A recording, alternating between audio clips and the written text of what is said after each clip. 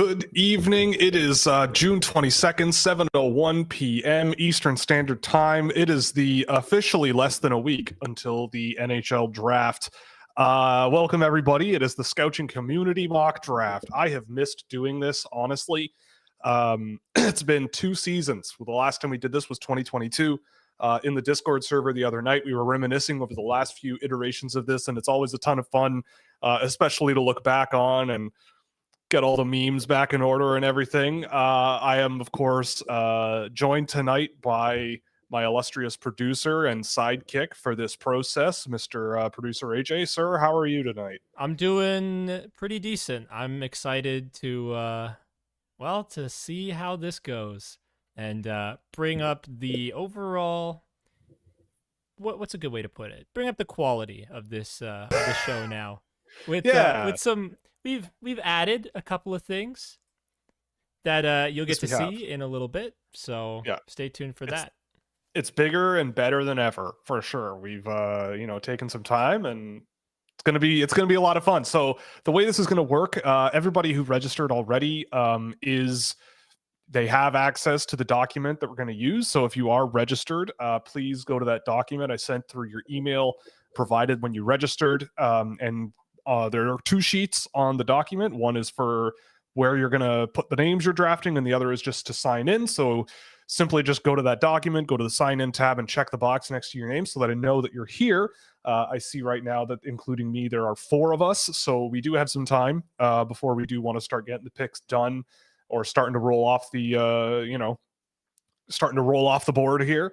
In any case, that's the procedure. So what's going to happen is if you are registered and you're in the stream and you're watching, what we're going to do is we're going to go through picks live on camera one at a time. But if it is your turn on the document, feel free to cut and paste a name in, and we'll get to it when we have the time to get to it.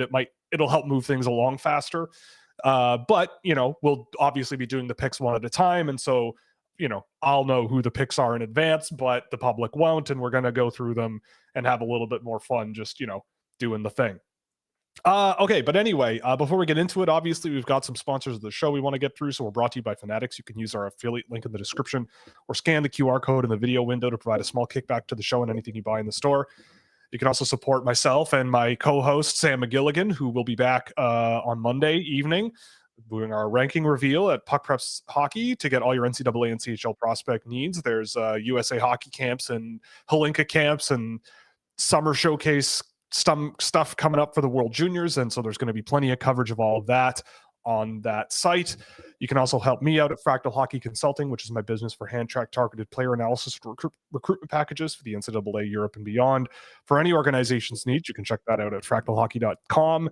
And of course, Scouching.ca, where a subscription there gets you exclusive access to data tools you won't find anywhere else, with tons of insight into the draft, prospects, players making their way into the NHL, as well as plenty of other goodies and early access to content and all kinds of good stuff. So you can check that out at Scouching.ca. So we're going to kill some time before we get moving with the draft. So we're going to play this a little loosey-goosey. I see more and more people signing in, so thank you very much for that. All of you who are doing things correctly, which is wonderful. But if you're unaware, we're going to plug a few things. We've been doing Scouching reports again this year. If you're not aware, they've been here on the YouTube channel. They're most up to date, right, AJ, on the YouTube channel? The most recent ones are hosted here, and then they go out to TikTok and Instagram. So I've put together a playlist of all of the Scouching reports for this year. You can check that out as well. They're a lot shorter this year. They're a lot more concentrated, but we tried to make them just as informative and engaging and fun. You can also obviously check them out on TikTok at Scouching, or Instagram at Scouching_Will. We're posting them all there. All kinds of stuff going up there. And the engagement so far has been really good. We're really happy with how things have gone, especially on TikTok. We didn't even have a TikTok account in like December, and things have come a long ways since then. So thank you very much for that. Yeah. It's been a lot of fun. Yeah, we hit like 600 followers a couple of days ago, and we were at 100 at the beginning of the month. So that's true. That's pretty wild. It's been pretty good. And, go ahead, Will. I was just going to say, people are eating it up. Even the ones that we didn't think were going to do that well, like, people are going for it, right? Like, some of the most popular ones aren't the guys probably going top 5, top 10, which is kind of interesting to me. What were you going to say? Yeah. Actually, it's kind of funny because today the Caden Lindstrom one became our most viewed video across all platforms, hitting Right. 29.2K. So that's pretty nuts. And Yeah. just go support us over there if you People are can. interested in them, man. Yeah, So it's pretty I wild. see in the chat, Cam, do you need to sign into Yeah. anything? Yes, you do. I can punch you in if you want as well because I see that you're here. But Yeah. So yeah, there's with the email you provided, there should be an email in your inbox with access to the document we're going to use to select players. So you can go in there and there's a checkbox next to your name in the second sheet on the document, and you can just check it so we all know that you're there and ready to put your names down and get the guys you want. There also just wanted to mention as well, I'm finishing up the write-up for the rankings for this year, the final rankings. So that's going to be coming out. We're going to do, Sam and I will do a show Monday night. We're going to do a show at 5 p.m. until 7, right? Or 6 until 8. When's the game on Monday night? it's at I 8, should I'm know. pretty sure. At 8. So Okay. So we'll do a show from 6 till 8, do a ranking reveal, and we're going to surprise each other with our first round. It's going to be a lot of fun. Also, yeah, so that's coming up Monday, just finishing up the write-up this weekend. And then I'm off to Vegas on Tuesday, and I'm there till Sunday, so I'm super excited. It's going to be a ton of fun. There's going to be lots of fun folks there. I'm going to a BattleBots show, which is going to be a hoot. Ooh. I got tickets Wednesday night to go to the BattleBots show, which I didn't even know was a thing in Vegas, but that's the show I decided to go to. It was either that or Chris Angel Mind Freak, just for my childhood's sake, but I chose to go for the what's it called? To go for BattleBots, because that's a nostalgia trip for me from when I was a young man. One news story that I did want to talk about a little bit was the chatter out there about Rucker McGroarty today. I see there's maybe a few questions in chat we can get to before someone asked about Rucker McGroarty specifically. I mean, so if you're not aware, there's been a lot of information kind of coming out. Elliot Friedman said some stuff. Murat Addis, I think his last name. I'm sorry, I can't pronounce it properly. I've never spoken to him ever, but great writer for The Athletic in Winnipeg. Really, really worth the follow on Twitter. He had a pretty big breakdown of what's going on with Rucker McGroarty. So if you're not familiar, it seems like McGroarty, who still has not been signed by the Winnipeg Jets, is not really convinced of their development plan for him, or the fact that there's a development plan at all.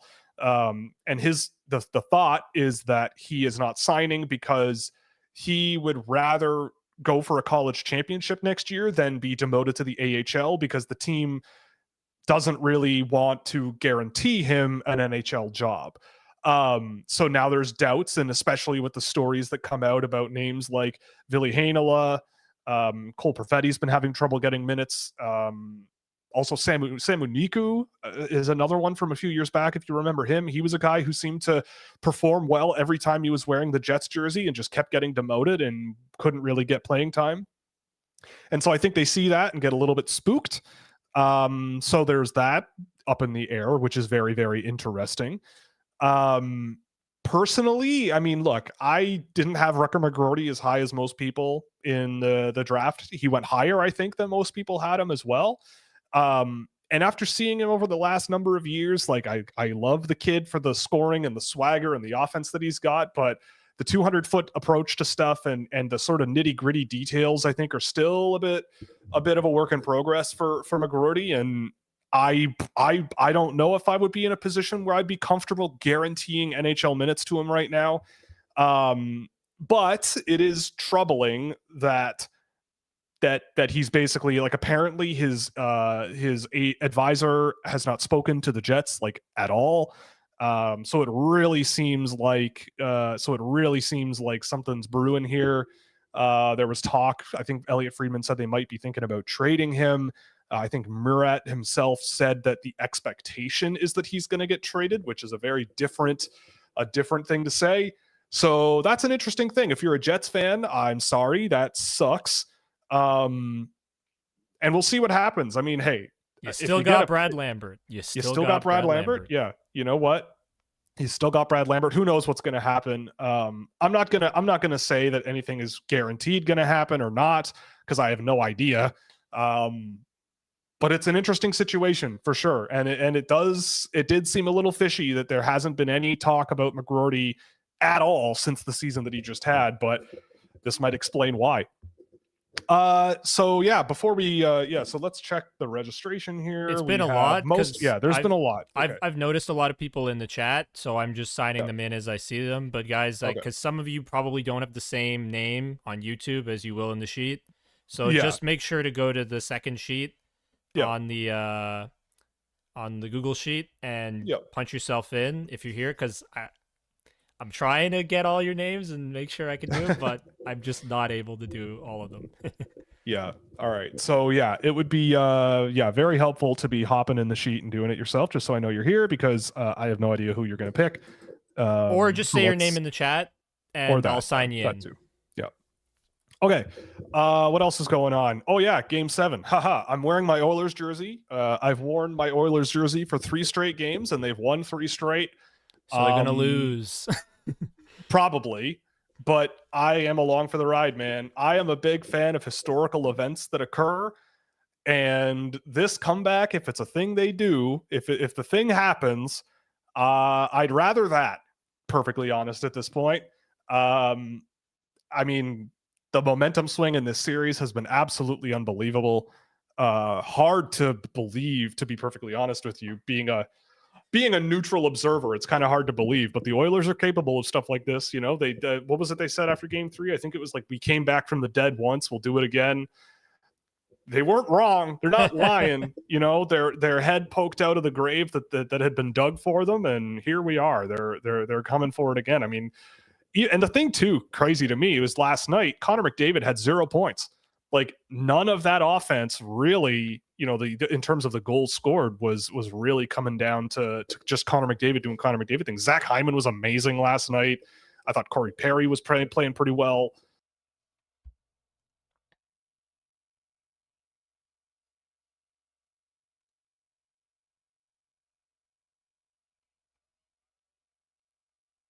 Panthers or your Paul Maurice, I don't know what you say at this point. You have a job to do.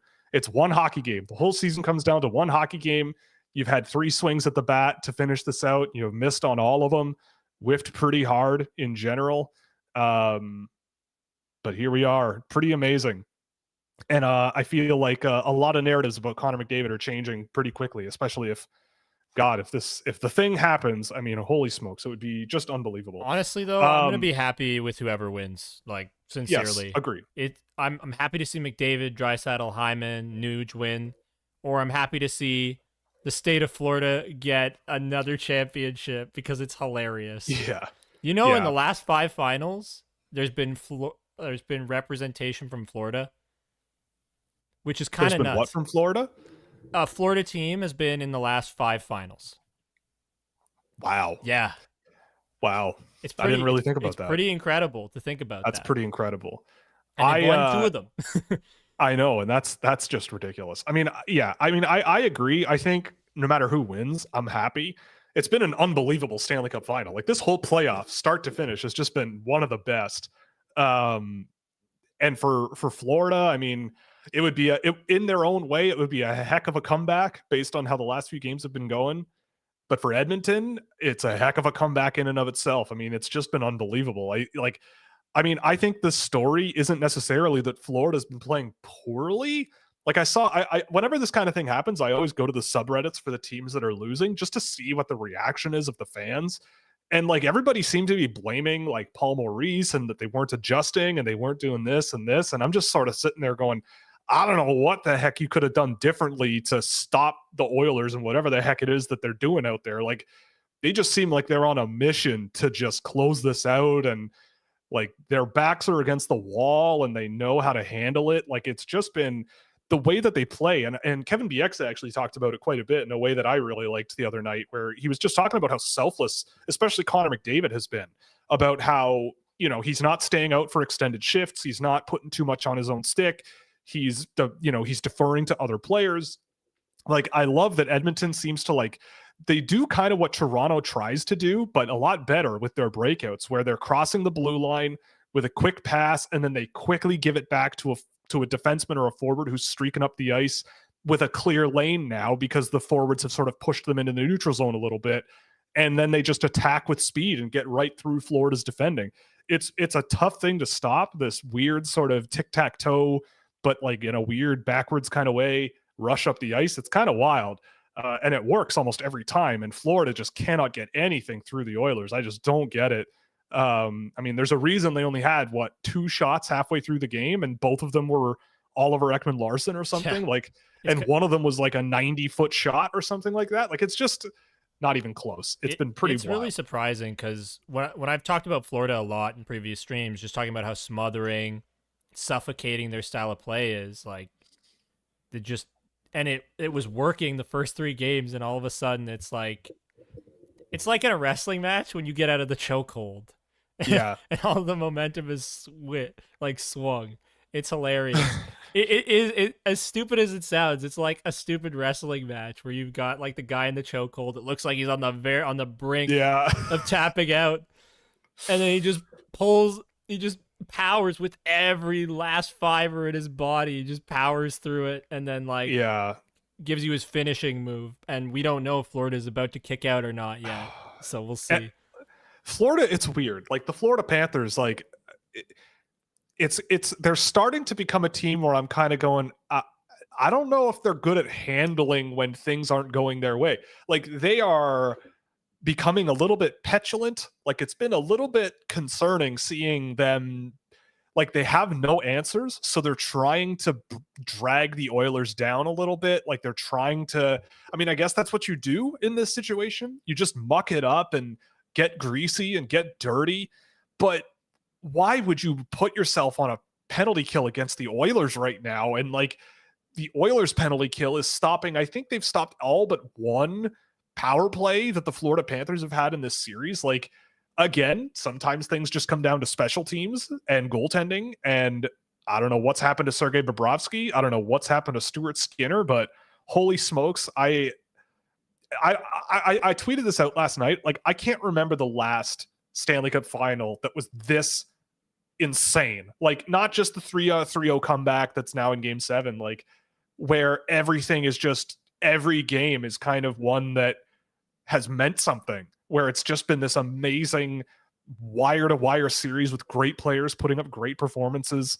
Like the last time I think I remember one this crazy was like Calgary Tampa back in the early 2000s. I remember was really insane. I think they went back and forth, and there was a couple of OT games mixed in there, and Tampa came back and won. I think they were down 3-1 in the series and won in 7 or something like that.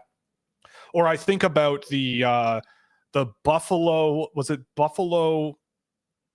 Who was it? I can't remember. Oh yeah, it was Buffalo Dallas. And when Dallas won the Stanley Cup on that controversial goal in triple overtime, it was like a Dominic Hasek versus Ed Belfour series of like, who's going to give up a goal first? Like Dominic Hasek, if you weren't alive or aware of what that was like, I would urge you to go back and look at some Hasek highlights from that playoff run, because that guy, he was like he's the closest thing to a space alien, I think, who has ever played hockey or existed ever. Because the way he just a goalie. Yes, especially him. Like his body just did not have bones. I'm convinced of that. He's just bone free. And that was also pretty wild. I remember that. I mean, the LA Kings being an 8 seed and winning, I mean, that was a great story. But I don't really think that the Stanley Cup final that they played was like historically incredible. It was a great story for them to win, but this series has just been unbelievable. And I cannot believe what we're seeing. Like, it's just been, I don't know. Like, I don't see how anyone can be hating on the Oilers right now. I don't know how anyone can be hating on the Panthers, to be perfectly honest, but they are just back. Now their back is against the wall. And so I don't know. I'll be glued to the TV because I don't know. Monday night, I'm going to get the rankings out. I don't care. Turning off the stream quick. Yeah. Turning off the stream quick, turning on Sportsnet, and I'm on the couch for 3 straight hours because the Stanley Cup's being awarded, and it's going to be pretty crazy. And the last thing I'll say before we start moving the wheels on this draft here, because it does seem like most people are here. We're missing 6-7 people, it looks like. I know there's a couple of them who I recognize that I feel like it would be shocking if they didn't show up. So trying to get that organized. But in any case, the one thing I did want to mention is like the last time that game 7 came from a 3-0 comeback in the Stanley Cup Final was in 1945. The exact same day that Stanley Cup was handed out in 1945 was the first day where a certain dictator who was, you mean busy, Führer? Yeah, a certain father of a fatherland finally on record admitted that the combat he had started was not going his way and it was going to be over, and he had to plan for his exit strategy, whatever that was. And I think that's incredible. Like literally the same day that Game 7 of the last Stanley Cup Final, the 3-0 comeback, was the same day that it was the beginning of the end for that guy. I just think that's just a ridiculous coincidence. And also just goes to show how long ago and how rare this kind of thing is, right? I even tried to find situations where something close has kind of happened, and it just hasn't really happened that often. 3-0 series don't generally last to game 6 or 7. And here we are. It's been pretty incredible. I wonder if there's any questions before we move on. Okay. Someone recommended Ellis Island for breakfast right next to BattleBots. I'll take that into consideration. I'm looking for good places to eat in Vegas. What do we got here?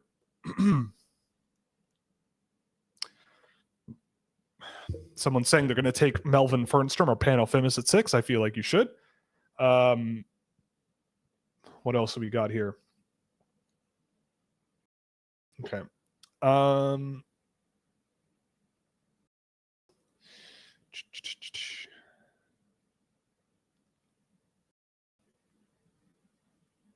Yeah, first time ever in McDavid's career that the Oilers win when he doesn't get a shot or a point. That's just unbelievable. That's crazy. Does anyone know what Billy Guerin is trying to shop Rossi? I don't know.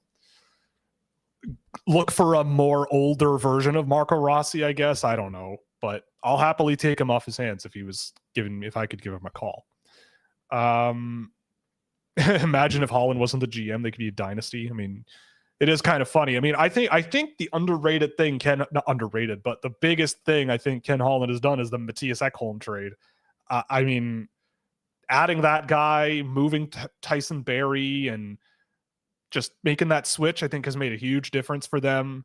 It has. I wouldn't say it's an underrated move by any means. No, though. It's not. No. I stopped myself after that word came out of my mouth. But yeah, it's pretty huge. And I saw a question about how do you participate in the mock draft. Unfortunately, all the sign-in spot, like all the spots have been filled, but yes. We can put you on a wait list if people don't show up. Yeah, so within the next after about 5 minutes from now, we're going to start, pushing to get people to show up, I would say. And then we'll get moving because this probably will take a little while and we need to start getting picks off the board and start getting moving. But yeah, Bob has lost the juice. Honestly, I kind of agree.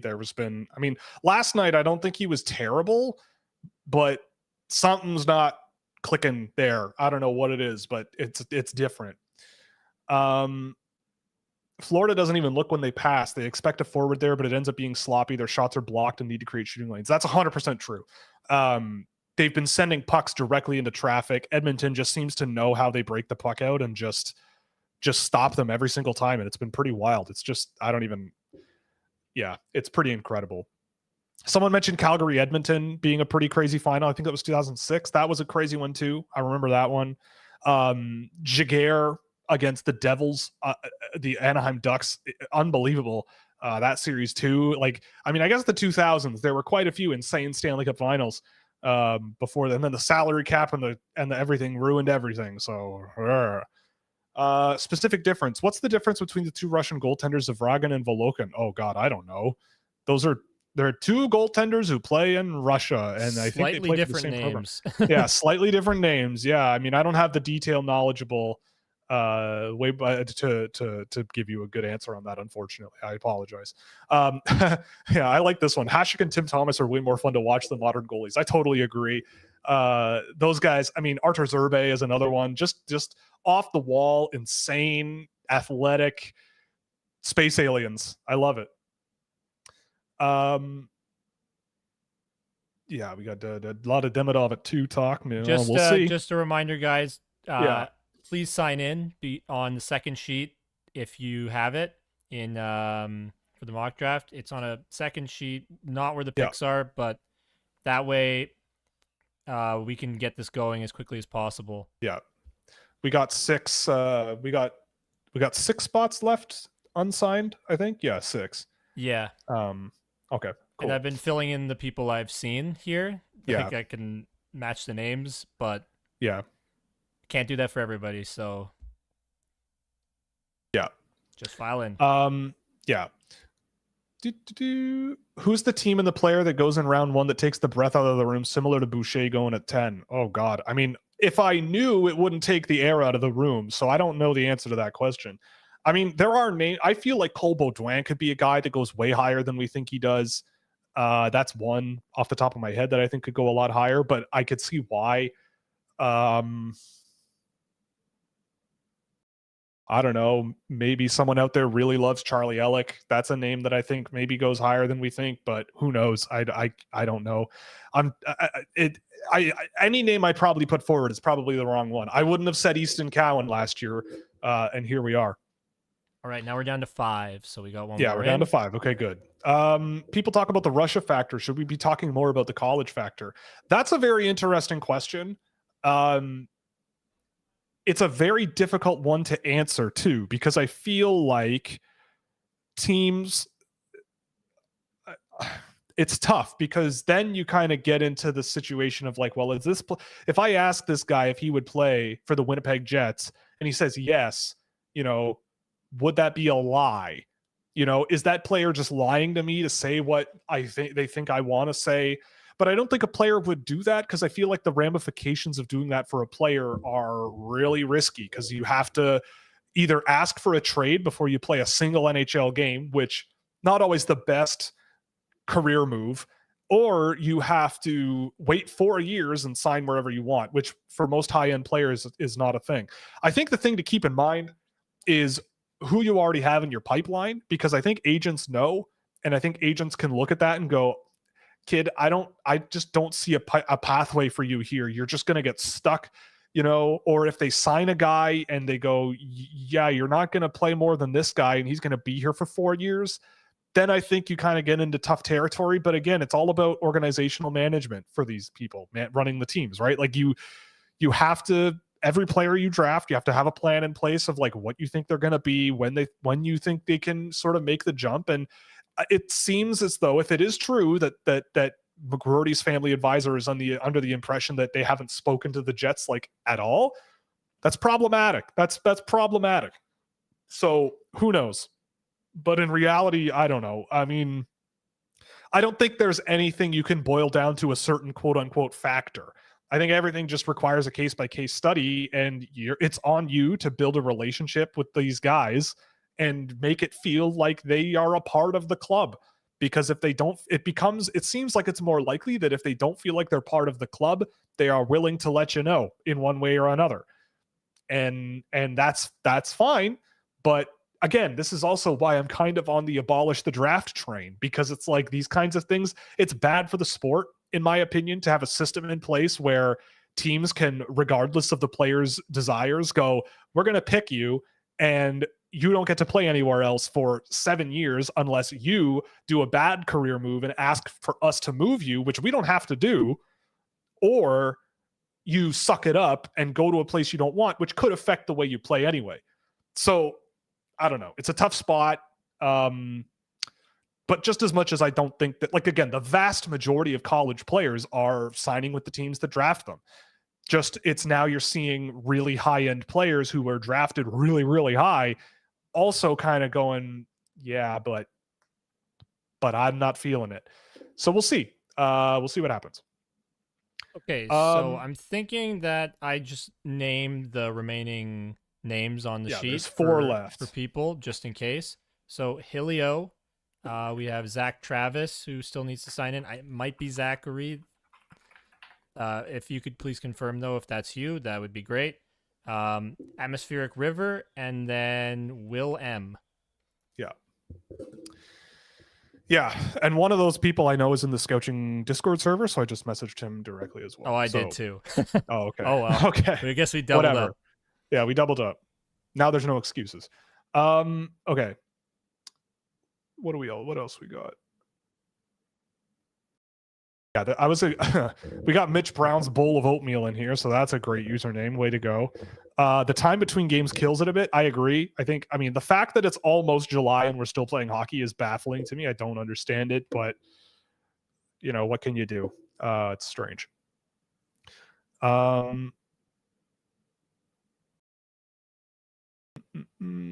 David Phillips actually brings up a good point about those two goaltenders.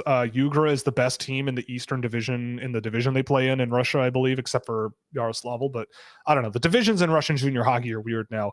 But I agree. Those two guys, from the data that I gathered on them the last season when they were both draft eligible, I think, really, really low workload in terms of dangerous shots. So yeah, that's something that you also have to keep in mind. And that's not uncommon in Russia with those really, really good teams. So second, someone asked about second round. You'll be cutting and pasting into column E on that sheet, just so we can keep it all in one view. The reason why C is there is for pivot tables later on, so we can sort of see who picked whom. On that note, let me just copy paste these. Okay. Actually, why don't we just do this? And then we'll do that. And we'll do that. And we'll do this. And this. Okay. Okie dokie. I think we're getting right down to it. We can probably start pushing things a little more, but let's catch up on the chat and then we'll get going. Yeah, someone mentioned Ilya Nabokov. Oh, someone mentioned Jet Luchenko as a guy who okay, he signed in. Jet Luchenko's a guy who definitely also could go high. Someone mentioned Dean Letourneau. I mean, I'd be surprised, but also not surprised. Yeah, we're doing 3 rounds. Let's see.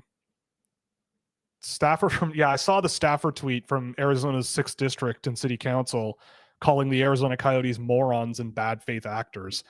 I mean, at this point, I'm starting to believe that they're just kind of sabotaging the process and shooting themselves in the foot to make $1 billion. Because, like, the fact that they didn't know exactly what that land was being zoned for, and the fact that they didn't have all the permits and everything ready to go had they won that auction the second they won it, I think, yeah, if I'm the people doing the auction, I'm going, I don't know if I trust these people, and I feel like they don't even really want to win this. I think they're just doing this for PR. I don't know. It's a little strange.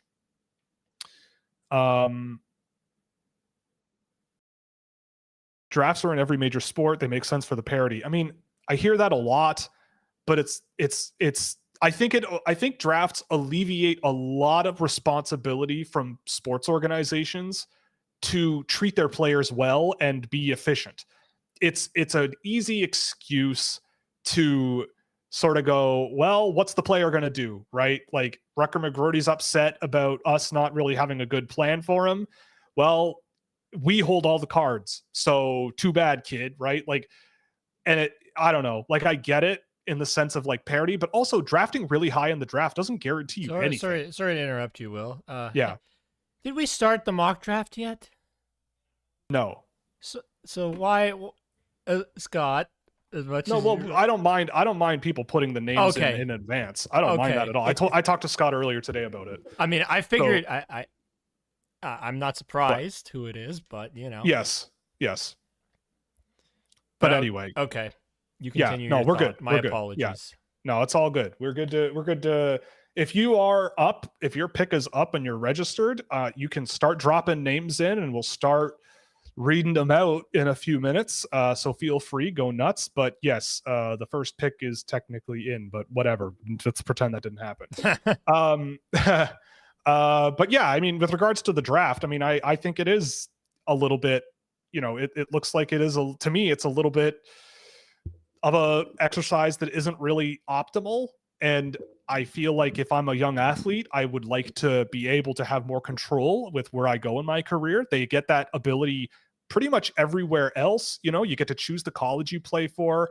You can freely choose what European program you'd like to play for as long as you're in demand. There's no draft for any of that. I think it is insane that the Canadian Hockey League and United States Hockey League does drafts in the first place for 15, 16-year-olds. I think that's nuts, especially in a place that's massive, like Canada or the US, but whatever. I don't know. I just, this is part of it. I saw a quick one. Are we going to show the pics on screen? Yes. Absolutely. We're just waiting a second here. Yes. I spent a long time getting this set up because I know I know it sucks to not be able to see stuff. So yeah, we're righting that wrong from last time. Yeah, we are. Yeah. Okay. Would Toronto-born high-end talent players want to go to Toronto without a draft? Well, maybe. There are some Toronto players that certainly love to come to Toronto and play, right? Like, look at Zach Hyman, right? Like, he forced his way out of Florida to come to Toronto and signed immediately, and here he is, right? So it's not impossible. So yeah, I just the same as I feel like if the Arizona Coyotes were a well-run organization and they had they could, I would think, Arizona's an amazing place to live. It's an amazing climate. It's an amazing place in general. There's lots to love. It's not, but the players obviously wouldn't like to go there because they're a dysfunctional organization. But if they weren't, I mean, I would be, if they sold it to me the way that I know Arizona is, I would seriously consider it if I wanted to start my career in hockey. So it's a matter of like putting the onus on the teams to actually make it a desirable place to play, as opposed to just by default saying, well, we get to pick whoever we want and maybe we interview them and we get along, but who knows what happens, right? And I do believe that if someone is young and in a place they don't really feel super comfortable being, it'll affect the output of their game, in my opinion. So I saw another thing about how to get in. We've filled up all the spots, but we're still waiting on people. And I think in the next couple of minutes here, we're going to start switching out spots if people don't show up. So yeah, because unfortunately it was Will had posted this earlier. It was available to actual paying customers through our website beforehand. So we might put you on a wait list potentially with the last 4 spots, but we'll see here. Yeah. So yeah, I did also see the comment that the person who has pick number 5 is not here. Has not made their selection yet. So we'll give them, I would say, until 7:45 perhaps. But then we'll go from there. And I mean, I did say 7:45 is the cutoff, so maybe they're just putting it off as long as they possibly can. Who knows? But in any case, we're gonna get rolling pretty soon. So what do we want to do in terms of a wait list? Like just so let me, there was someone who signed up with the sheet. So I'll go find that. They just signed up late and missed it by 1 slot. So I'll try to get that person. I think, did I see their? So we should just probably read through the names again. Yeah. So the ones that aren't signed in, we've got Hilio, who is in the Discord server. We messaged him. Zach Travis, Atmospheric River, and Will M. So if you're any of those users, please make yourself known and sign in some way, or and then we'll get moving. Just say that's you in the chat, and I'll sign you in. Yeah. But we're gonna give it 5 more minutes, and then we'll get on to switching people out, and then you'll get to see some of the surprises we've packed into this stream. And we've got, the other thing too is it's very, very easy if you just open the spreadsheet yourself and cut paste the names, because I don't know otherwise how we would know who you're picking. So that would also be very, very helpful, and everybody should have access to it. And if you do not, shoot me a DM on Twitter and I'll send it to you if you are registered.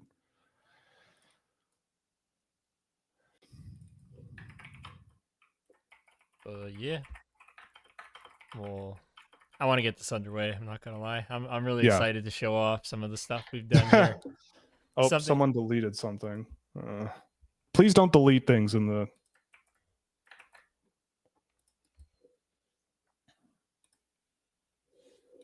Wait, what?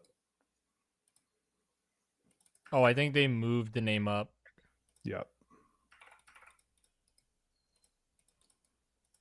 And that is supposed to be There. Yeah, there we go. I like that we have Armchair Zito here. He's been given a good armchair meme. Okay, so we have one person who has confirmed that they're ready to go if they need to fill in. So that's good to know. Let me send just a quick email to this person.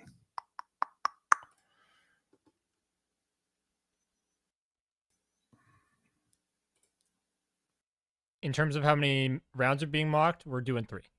Yeah.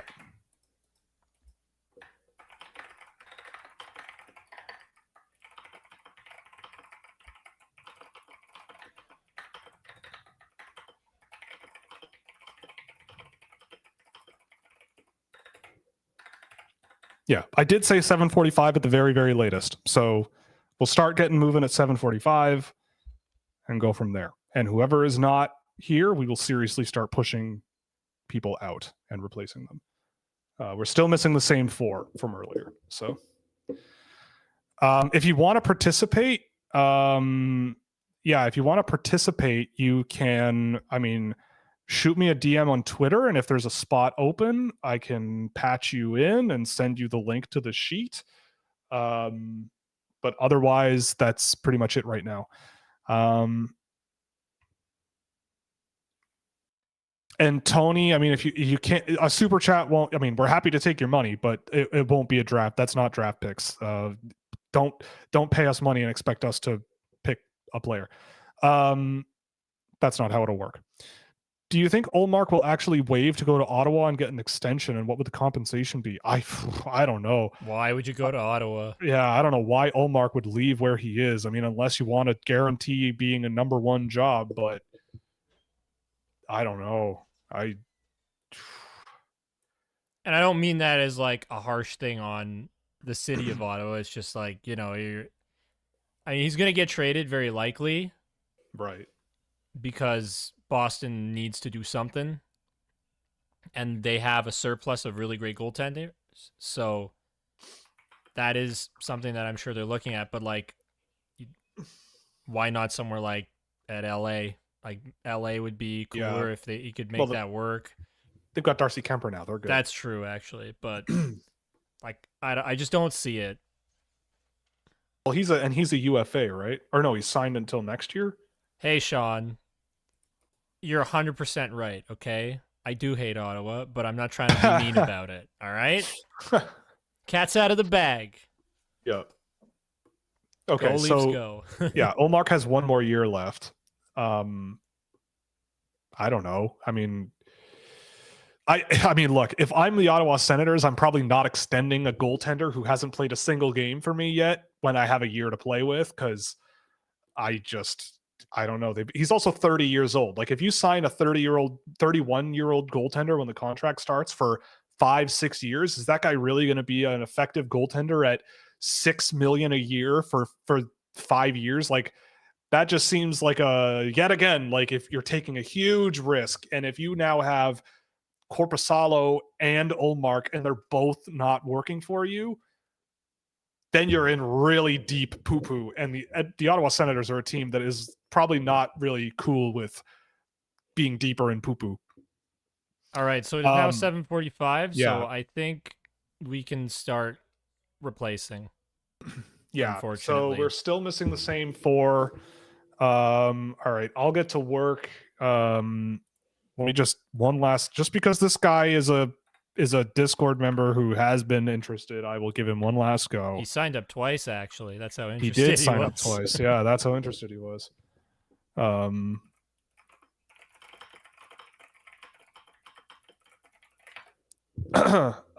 Okay. But yeah, okay. So let's take Zach Travis out because he's not here. I don't know who that is, and I'll send it to this person. Alrighty.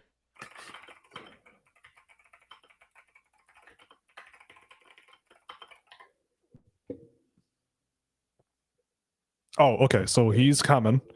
One person is on their way. Okay, perfect.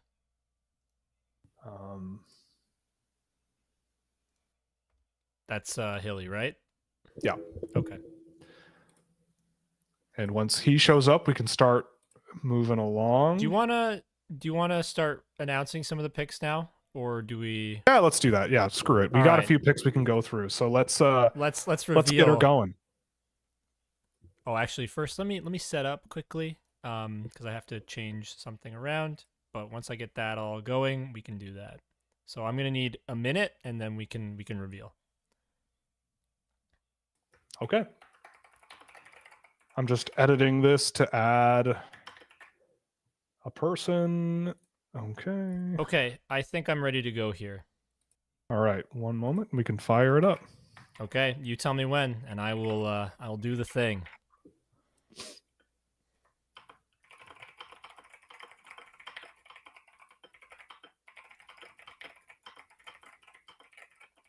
Okay.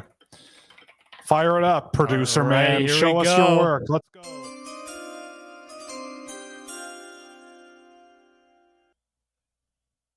Now, make the pick. With the first selection in the Scouching Community Mock Draft of 2024, Scott F takes Macklin Celebrini. Congratulations, sir. Welcome to the whatever team name you want to go for.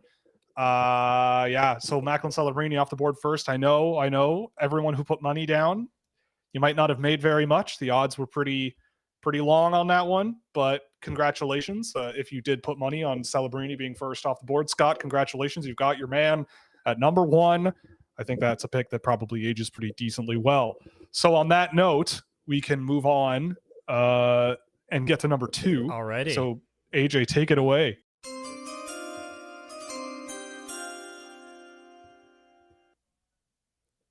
Oh, you want me to actually announce it?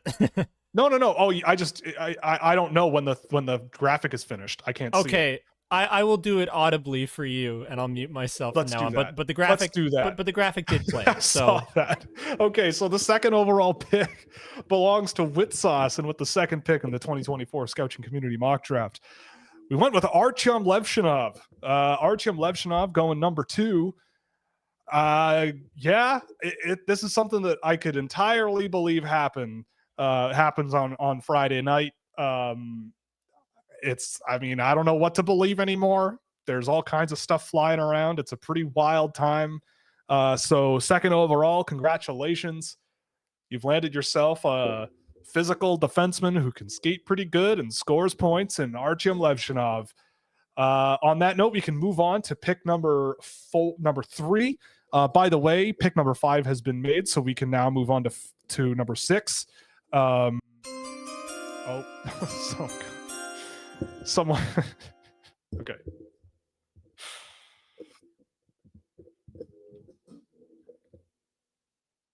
Pick number 3 goes to Whitney's Miltank, my arch nemesis from my childhood back in the year 2000. Thank you very much for showing up.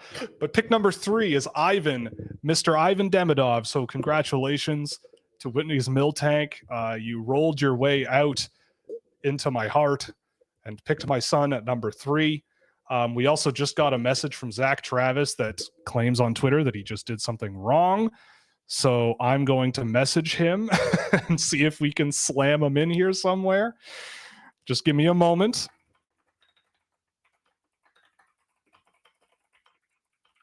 Yeah.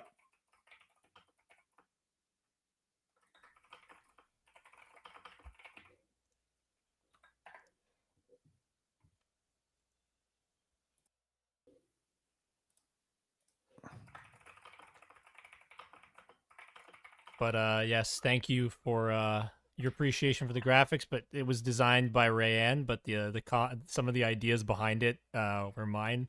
The draft jingle in particular, but Rayanne did the work on that. So shout out to Rayanne, who's drafting in this mock actually.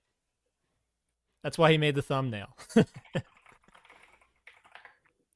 Okay, I sent a message to this person to see if they actually do want to join up because there's time.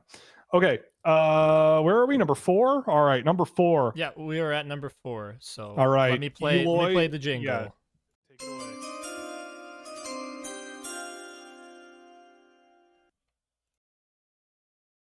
All right, at number 4, we've got a bit of a risky one here now that there's been more information about this player that has come out, as Eloy has selected one Caden Lindstrom of the Medicine Hat Tigers, Mr. Herniated Disc himself, a guy who I love. I love Caden Lindstrom. Tons of fun, really skilled, lots and lots of good stuff to fall back on there, and it's just a matter of staying healthy for him from this point, it seems. But an interesting pick at 4. In terms of the real world, I would be curious to see if this is what happens. But definitely a really tremendous hockey player with tons of skill and tons of potential, and certainly lots to like. I guess we can move on to number 5 again. If you're Fitz 23, David Sod, Yzerman takes Yzerman. Please keep your eyes peeled for the next names to go off the board. Fitz 2023, you're up after this pick, but the next pick belongs to Hilio at number 5. AJ, do your thing. Do it up. Let's see who goes. Okay, so at number 5, Hilio takes Mr. Zeev Bouillon. Another very interesting selection. We all love Zeev Bouillon around here. Zeev Bouillon is a heck of a hockey player, super offensive defenseman, tons and tons of skill, tons and tons of fun. We may be adding a person as I speak. But yes, so congratulations to Hilio for your 5th overall selection of Zeev Bouillon. So to recap our top 5, we've got Celebrini, Levshinov, Devinov, Lindstrom, Bouillon. And number 6 is up next.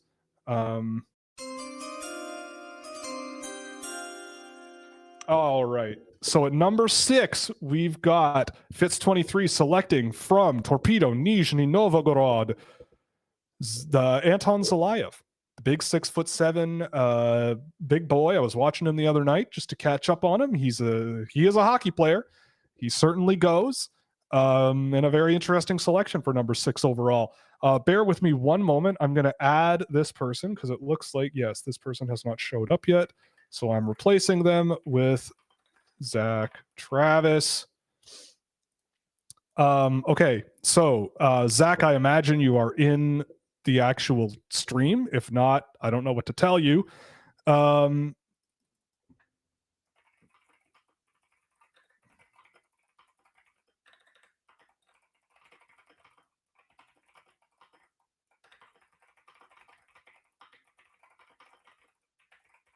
All right, so we can move on. From Anton Zelayev at number 6, AJ, take it away. Number 7, David Sod is up.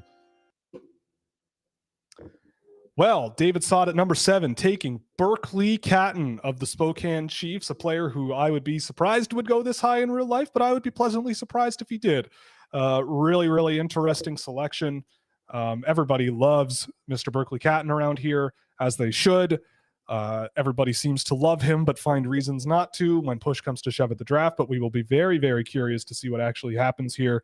But we all love Berkeley Catton, and so at 7, I think that's a really, really solid pick. Okay.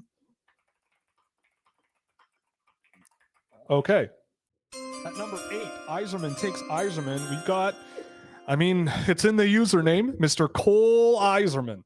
So Cole Yzerman is now off the board at number 8. Yzerman takes Yzerman, really wants Cole Yzerman, and here you are. You got your Cole Yzerman. So congratulations to Mr. Yzerman takes Yzerman.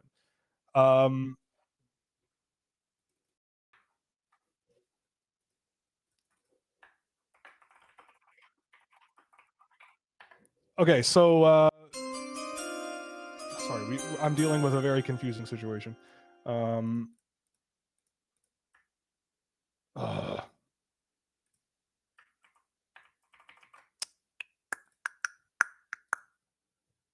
I just have to find a spot. Oh. Okay. So this person still has not showed up. So we'll replace him with this person.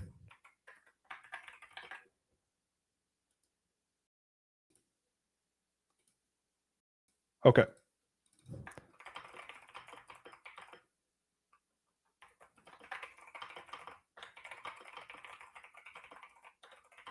Okay. Okay.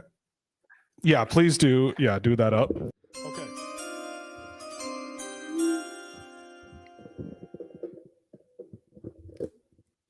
Pick number 9 belongs to Atco, and we've got Zane Parekh off the board. So Zane Parekh, number 9, congratulations to you.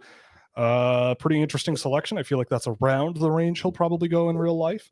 But yeah, so I guess we can close out the top 10. We'll do a quick little recap, catch our breath a little bit. And we're up to on the sheet, we're up to pick number 14. And I believe, if I'm not mistaken, we now have everybody present and accounted for who is participating. So thank you very much. And we'll see if that's true over time. So number 10 belongs to Lebowski. And at number 10, we have one Finnish player, our first Finn of the draft, in Konsta Helenius at number 10. So our top 10 has ended up with Celebrini, Levshinov, as you can see on the screen, Demidov, Lindstrom, and then we got Buyam at 5, Salayev 6, Catton 7, Yzerman 8, Parekh 9, Helenius 10. And I guess we can start going into the second 10 here. At number 11, a meme individual in hockey these days, Armchair Zito. We got Barry Zito in here right now. Nice to see you. Hope you win tomorrow night or Monday night, whatever the heck day of the week it is. And at number 11, we've got from the Calgary Hitmen, defenseman Carter Yakimchuk at 11. So a player that I have lower on my list, but that's okay. It's understandable. But Carter Yakimchuk is there at 11. All right. We can move on to. Okay. All right. At number 12, we got Zach Travis taking Tija Ginla at 12. So, Zach, you showed up. Thank you very much. And at 12, you've got yourself Tija Ginla. Also, for future reference, AJ, can you just tell me when the jingle is over? People are saying that I'm talking over it, it seems. Okay, I can do that. Because I can't hear it, so I don't. Just an FYI. Okay. So with 12, Tija Ginla's off the board, and AJ, if you're ready, because I know you have to do some changes to the graphics for the next 12 picks. Need a quick second here, but yeah, take a second, and I'll get it up for you guys. Yeah. So if you're new, or if you can't see what we're looking at here, Celebrini went first, Levshinov went second, Demidov 3, Lindstrom 4, Buyam 5, Salayev 6. Strangely feels like what might actually happen next week. Catton 7, Yzerman 8, Parekh 9, Helenius 10, Yakimchuk 11, Tija Ginla 12. I mean, I think Tija Ginla at 12 is pretty good value, but here we are. We're going to move on. We're going to start working through the next 12. So again, in the sheet, we're up to pick number 16. So if you are any of Felix, Alexander Montreal, Felix, Cam, Salty Wings and Avs fan, Kyle D, get ready for your picks because they're coming up soon. Whenever your name pops up, we're ready to go. So AJ, take it away. We've got pick number 13.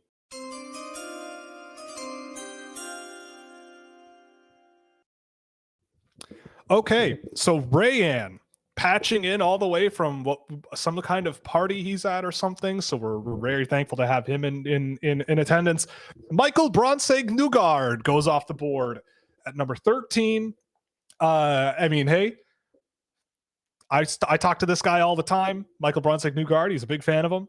And I think that's a pretty decent pick for Rayan there. He'll play. He's physical. He's fun to watch. He goes. Plenty to like. So congratulations to that. We're now done our first 13 picks of the draft. We'll move on to Louis Boulet. AJ, go for it.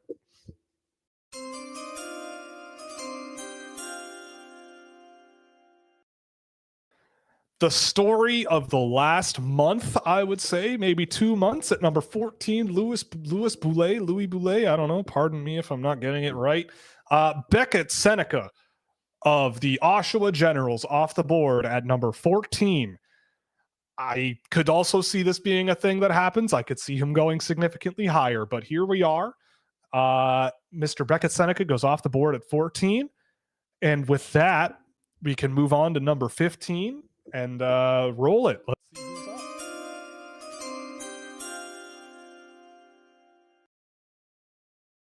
This may or may not be Sam Dickinson, but it also may or may not be Sam McGilligan in a costume here, because Sam Dickinson at 15 goes to Team Pokey, and at 15 we got Sam Dickinson. I feel like that's just good value. Even though I'm not the biggest Sam Dickinson guy, this is right around where I would certainly be thinking about a guy like that. And so that's just drafting for good value there. So good for you. Congratulations. Sam Dickinson now off the board. We're now done 15 picks. So we're up to 16, which is available, but 17, 18, 19, 20, and beyond are not done. So Felix, Cam, Salty Wings, and Az, be ready to go. I know Felix is here. Felix and I are bros, and I know he's here somewhere. So get cracking, kiddo, because you're up after this one. But number 16 is up. AJ, fire away.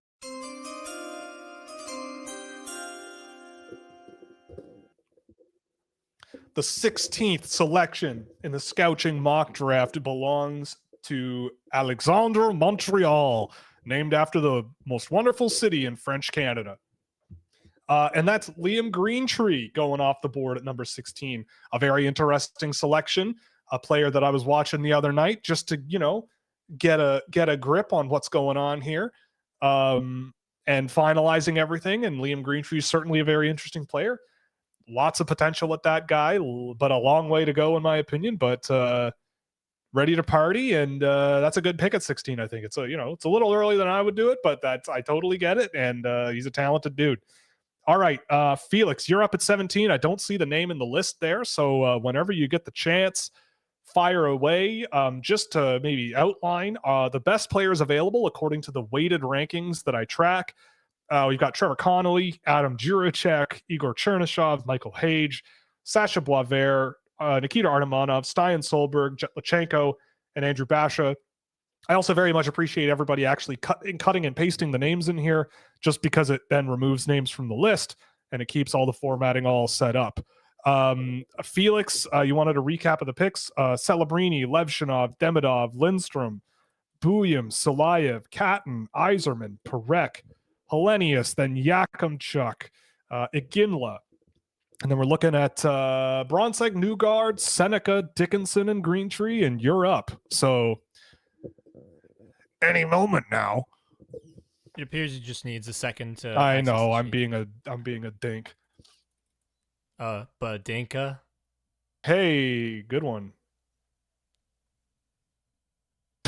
Someone replied on Twitter to the live stream saying boo with a Chicago Blackhawks. It looks like a Blackhawks fan. So that's pretty funny. Maybe they don't like the second pick. Maybe yeah, I don't. It doesn't seem like people liked in this fake mock draft that doesn't matter at all that Artyom Levshinov went number 2. No. Hey, what are you talking about? This is gospel. Okay, what happens here happens on draft day.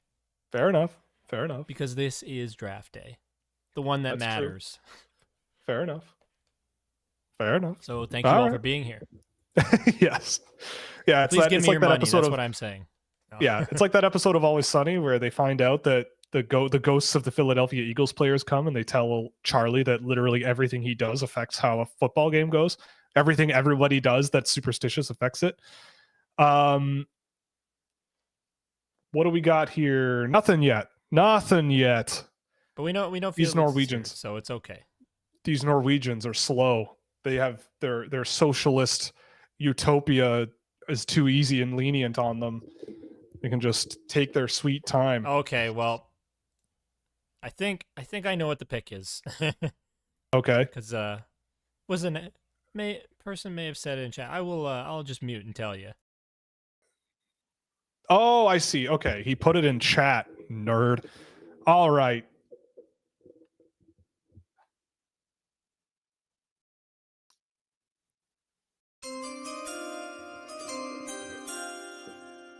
So the pick is in. And with the 17th selection, at long last, after taking his only time out of the draft, Felix drafts Mr. Alphonse Frey off the board at number 17, taking my boy. That's okay. I'm not mad. I don't even get to pick until 28. So we'll just, we'll just live with that. If there's any evidence that I didn't rig this for me, it's putting myself at 28. So Alphonse Frey at 17. 18th pick is in. Okay. 19 and beyond is not. So AJ, roll the graphic, and we're gonna do pick number 18. I need to put it in quickly. So just give me a quick second. But it's all good.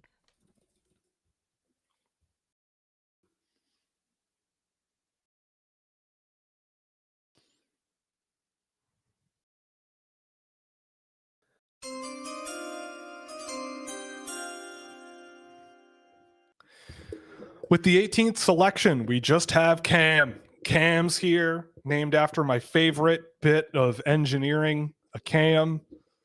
That's a joke, but I don't think it's very funny. Anyway, at the 18th overall selection, Cam drafts from Torpedo Nizhny Novgorod.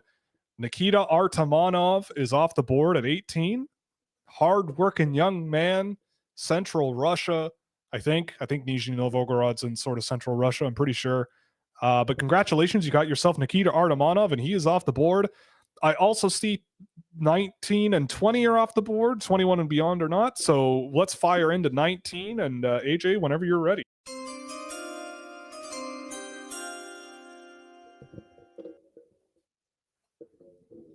All right, with the 19th overall selection, I should say, we got Trevor Connolly going off the board, and this is a round where I think it's going to happen. I think there's going to be someone out there who's willing to take a bet on that young man. I mean, if we're talking just pure talent-wise, Connolly is probably a top 12 guy in this year's draft, but Trevor Connolly is off the board at 19. To Mr. Salty Wings and Abs fan, always a loyal member of the show. So thank you very much for popping in. And so we got Trevor Connolly off the board. AJ needs a second, so let's recap the picks since 13, just to be sure we're keeping everyone who may not be seeing the stream. We got Michael Bronczek Newgard off the board. Seneca went 14th. Sam Dickinson at 15.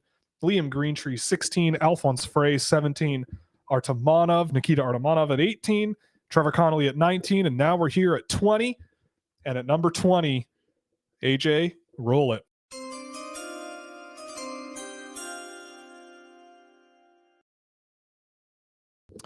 Well, here we are, and at 20th overall, we're starting to get through this relatively quickly here. Igor Chernyshov of Dynamo Moscow is off the board. Big, well-rounded winger who does a whole lot of stuff pretty well. I like Igor Chernyshov. I was watching him last night, finalizing everything, and I liked what I saw. Skilled guy, knows how to beat goaltenders. Don't look at his point totals and assume he's no good, because he is a pretty darn good hockey player. So Igor Chernyshov off the board at 20. 21 is in, but 22 and beyond. So David Phillips, Timu, Jeremy Plourde, Wom, Caden, all those guys. Please pay attention and get your picks in, and we will get moving. So let's go to number 21, AJ. Fire it up.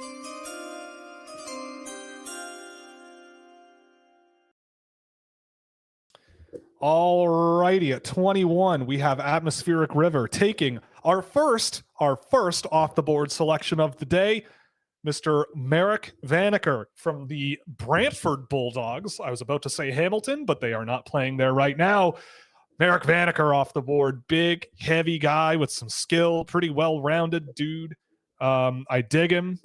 And interesting pick. I think that's the first truly kind of off-the-board pick, which I love. I love to see that stuff, so all the credit to you. Let's go for it. And let's move on to number 22. We got David Phillips up, so roll the graphic.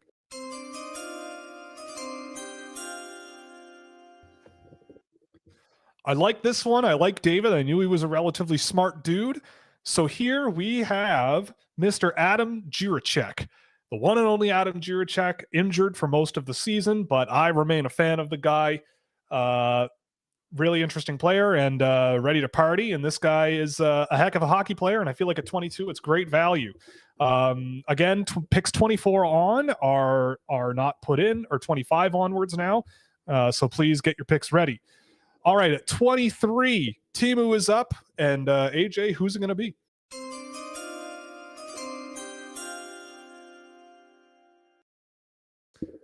I'll tell you who it's going to be. Off of the Malmo Redhawks of the Swedish Hockey League, we have defenseman Dominic Badinka off the board. So there it is. A big, speedy defenseman with a bit of skill and a little bit of offense mixed in there. A very, very good player. I'm a big fan of Badinka. Really, really happy to see him go here. And definitely think at 23, that's a pretty decent pick to take him. And on that note, I see the next couple of picks are in. So let's go to 24, AJ. Roll it. We got Jeremy Pleured up. Who's it going to be?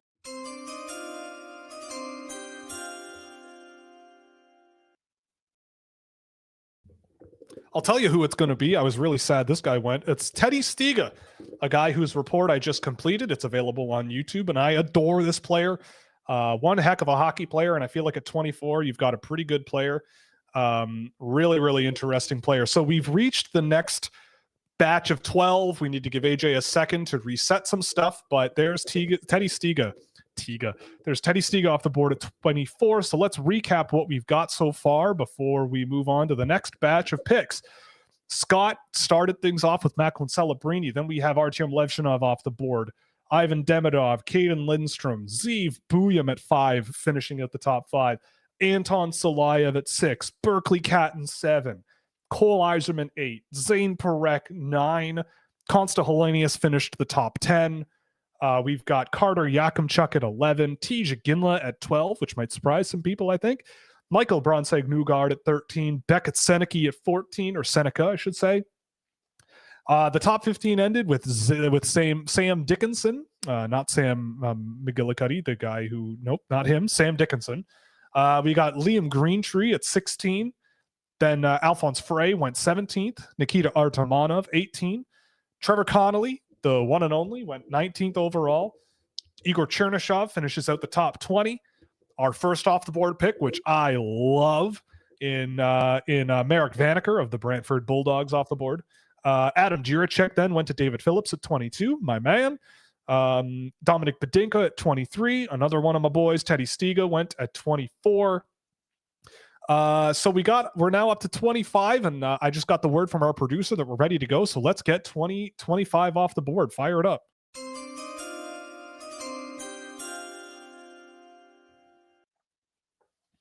At 25, another player that I'm a little annoyed didn't slip a couple more picks. Chicago Steel forward Michael Hage. Michael Hage is off the board at 25. It is, I apologize for a moment. It is my turn to make a selection at this point. So I have to think about this quite carefully and make sure. Oh, goodness me.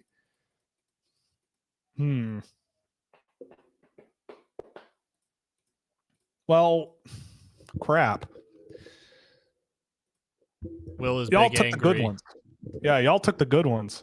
But anyway, yes, I do like the Michael Hage pick. I was hoping that he would slip. I'm a little bit annoyed at the next couple that I'm seeing here.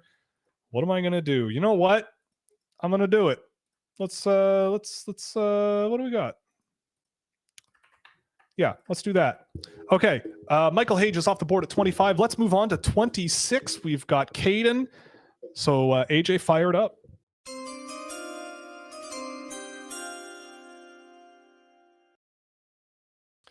Everyone loves this guy. Everybody and their dog. Everyone loves this player. Trust me.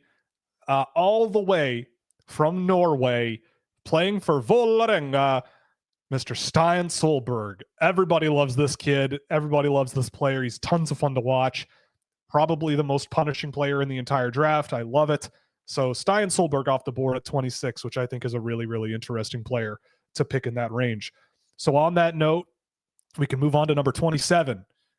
What do we got at 27, AJ? Fire it up.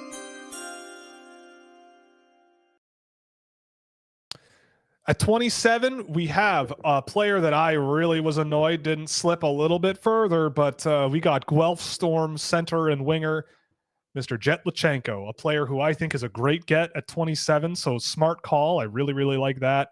Really impressive player. Big fan of Jet Lachenko at 27. That's a really, really good pickup in my view. So, and I'm up next. I'm the next one. And y'all picked a whole bunch from under my nose that I was a little bit upset. You you messed me up a little bit, but that's okay. I recovered. I'm happy with my selection. I'm ready to share it. AJ, roll the graphic.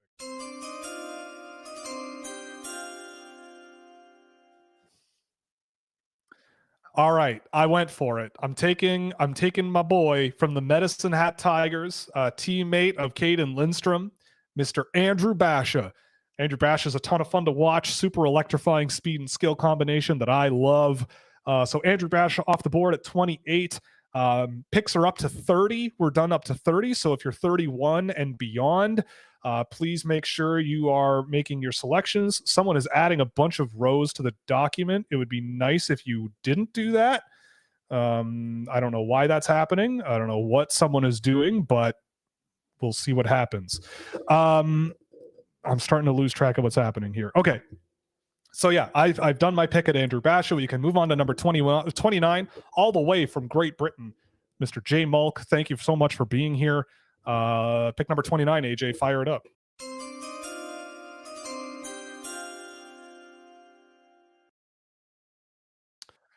All right, at pick number 29, we have Mr. Sacha Boisvert, a Canadian playing for the Muskegon Lumberjacks of the United States Hockey League. Big, skilled center. Lots to like about Boisvert. I mean, definitely an interesting pickup in this range. I feel like he'll be gone in the real world. Definitely a really big fan of him. And on that note, I mean, we're ready to move on. We're seeing picks come in now. Our first round is finished in the thing. So let's go to pick number 30, and we'll finish out the first round with the next few picks. So roll it.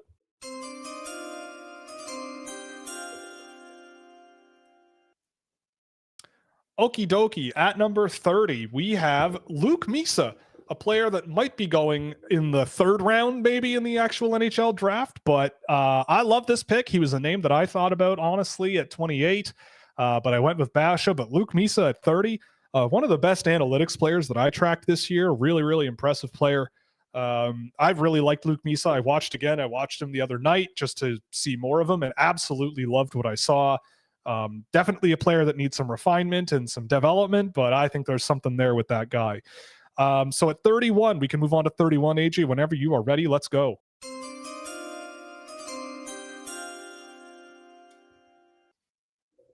All right, number 31 belongs to Adam D. Adam, thank you so much for joining at the last moment. I appreciate the interest you showed. At 31, we have Linus Eriksson of Djurgården, another player who I considered at my pick. Super smart center. After just going back and watching some Andrew Basha last night relative to Eriksson, I had him a little bit lower. Eriksson, that is. I really, really like Eriksson, though. Super smart, super capable defensive player with some decent offensive ability as well. I've always really liked Linus Eriksson since, well, not always, but during the course of the season, definitely liked a lot more of him the more I saw. So we can close out the first round here. We've done one round. We're going to do three, but we're done one. And at 32, take it away.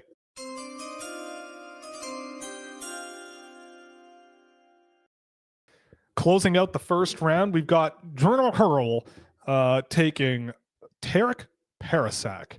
Tarek Parasak of the Prince George Cougars is off the board at 32, and so that completes the first round. We'll do a quick recap of our first round, and then we'll get into the second round. If you are up, please feel free to add your picks to the sheet, and we'll get to them. But we'll start from number 1. We've got Macklin Celebrini at number 1, Artyom Levshinov at number 2, Ivan Demidov number 3, Caden Lindstrom number 4, Zeev Buyam at 5, Anton Solayev at 6, Berkeley Catton 7, Cole Iserman 8, Zane Parek 9, Consta Helenius 10, Carter Yakimchuk 11, T. Ginla 12, Michael Bronsig Newgard 13, Beckett Seneca 14, Sam Dickinson 15, Liam Greentree 16, Alphonse Fry 17, Nikita Artamanov at 18, Trevor Connolly at 19, Igor Chernyshov at 20, Marek Vanaker 21, Adam Jiracek 22, Dominic Badinka at 23, Teddy Stieg at 24, Michael Hage at 25, Stein Solberg at 26, Jetlachenko 27. I took Andrew Basha 28, Sacha Boisvert at 29, Luke Misa at 30, Linus Eriksson 31, and Tarek Parasak at 32 closes the first round. So number 33 is up, but 34, 5, 6, and beyond has not been filled out.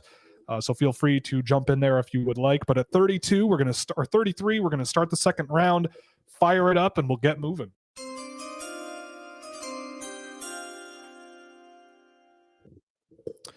The first selection in the second round of the 2024 Scouching Community Mock Draft belongs to Scott, who comes away with the one and only Cole Baudouin, a nice little bodyguard to pick to go along with one Macklin Celebrini. So congratulations, Cole Baudouin is off the board. Very, very, very happy with that one. I'm sure you are. Macklin Celebrini, not so bad. And then Cole Baudouin to go along with it. We now have 34. The pick is here. So AJ, let's fire that one up and let's give her.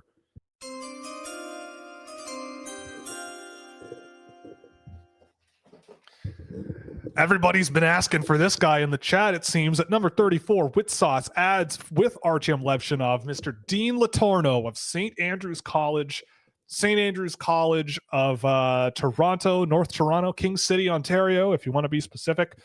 Dean Latorno, big boy, good hands, big boy, goes for it, gets to the net, does a bunch of dirty stuff around the net, but he's a Canadian high school player, and that's always spooky. But he should be with the what are they called? There's two Sioux teams. I should know off the top of my head now. The Sioux Falls Stampede. Yes, he's going to the Stampede next. Oh no, he's going straight to college, I think now. But he was going to go to the Stampede next year, so we'll see. But Dean Latorno off the board at number 34, and on that note, we can go to 35. AJ, let's get to 35.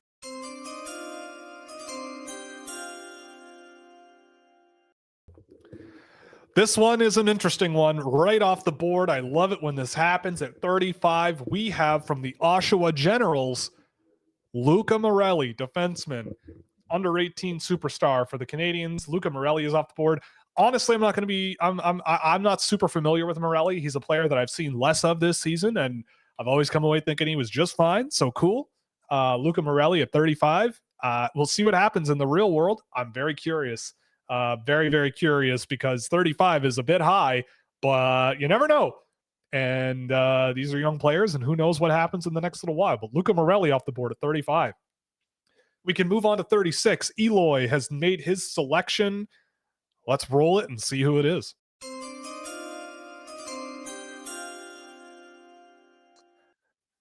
At number 36. We have from the Kamloops Blazers. Oh boy, I'm already forgetting.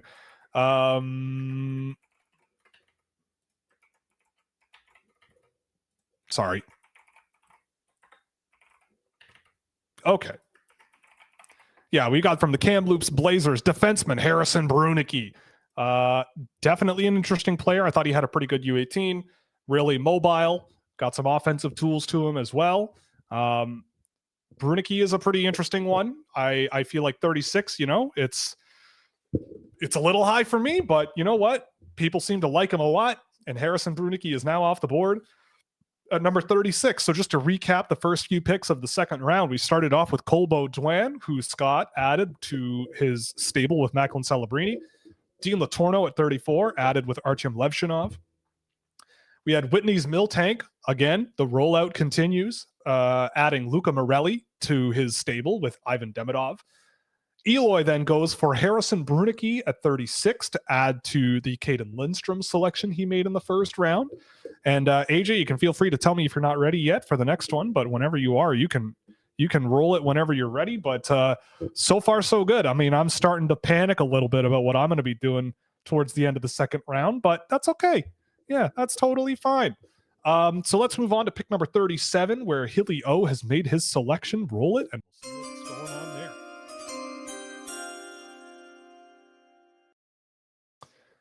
At 37, we have Moto Hockey, Lucas Pedersen. A big fan of him as well. Super fun, high skill player, very creative playmaker. Little rough around the edges to me, but he's a really, really talented hockey player, and I'm very curious to see what happens in his career for the next little while. I did see a question if you wanted to go way off the board. You can DM me on Twitter or just write the name in the sheet. Like if there's a name that for some reason isn't in the list that I've provided, just write it in, and I'll Google it to make sure it's a real person. But there it is. Lucas Pettersson off the board at 37. And if you want to really go off the board, go nuts. Let's go to number 38. At 38, we have Fitz 23, and roll it, and we'll see who's there.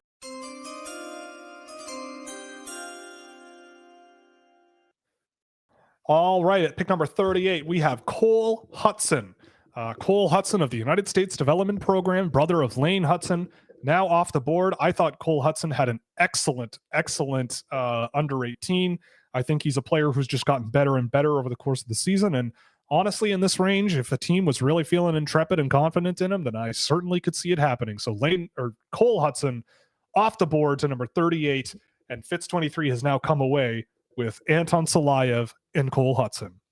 So we can move on to number 39, David Saad. His first selection of the draft was Berkeley Catton. So let's see who's going at 39, AJ. Let's do it.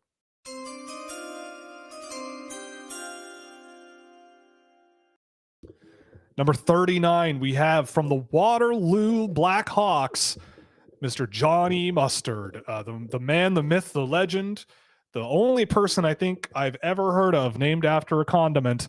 John Mustard is off the board at 39. Fast. I think this person likes fast, skilled players. Adding Berkeley Catton and John Mustard to the same team would be quite the thing. Certainly a ton of fun. And I would be very, very interested to see how John Mustard's career turns out. Pick number 40 is in, but picks beyond 40 are not. So if you are Atko, Lebowski, Arncherzito, please be prepared and start making your picks whenever you are ready to do so. But at 40, we can roll it and kill some time until then, but go nuts. Let's fire it up, AJ.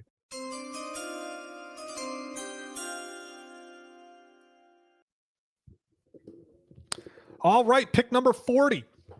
Off the board from the Regina Pats, we got Connor Bedard. I'm just kidding. It's not Connor Bedard. It's Tanner Howe. Tanner Howe, rambunctious, competitive little guy who I really like. I mean, he's not that little. He's just, not the biggest guy in the world, but that's totally cool by me. Tanner Howe, pretty interested in this player. This is around, I think, where I have him, just a little bit higher than I have him, but that's totally fine. I think this is a range that totally makes sense to me. Late first, early second. But yeah, Tanner Howe is off the board. So to just recap, while we wait for a couple of more picks maybe to come in, Lebowski, Arncherzito, Zach Travis, and Ryan are all up next. We have Cole Beaudoin at 33, Dean Letourneau 34, Luca Morelli 35, Harrison Brunicki 36, Lucas Pettersson 37, Cole Hudson 38, John Mustard 39, and Tanner Howe at 40. So let's go to 41. Fire it up. 41 it is.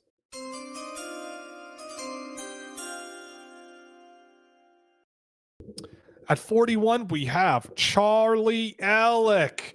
Charlie Alec of the Brandon Wheat Kings goes off the board. Big, good straight line skating, meanie boy. To add to Zane Parekh. Honestly, the idea of Zane Parekh and Charlie Alec on the same team is kind of fun. I don't mind that at all. So Charlie Alec goes at 41st overall. And we can continue. We can just keep rolling at this point and move on to the 42nd pick. AJ, take it away.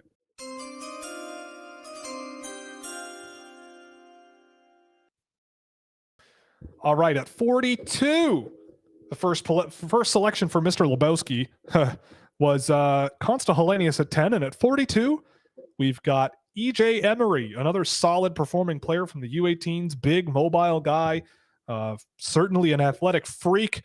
Big fan of that. So EJ Emery goes at 42. One moment, I'm just going to message someone.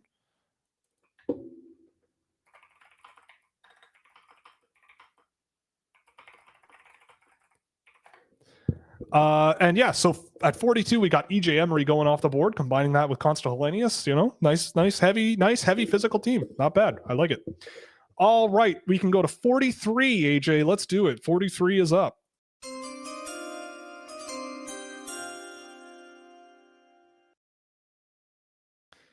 Okie dokie. And at 43, someone has taken the plunge.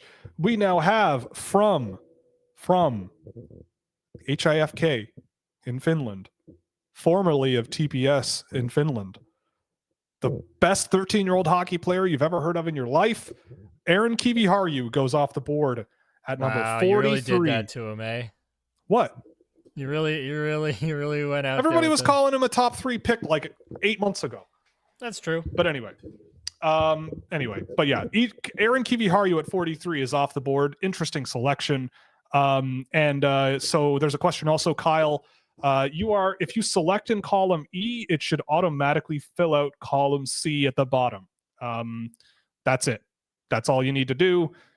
So if you just throw Kiviharu or throw the name in column E, it should fill out further down, but just focus on column E, and then in round 3, it's going to be column G. That's it. All right, I have the green light. We can move forward from Aaron Kiviharu at 43. Yakimchuk and Kiviharu, interesting pair. So let's move on to 44. The first selection was Tija Ginla. Who's the second one? AJ, take it away.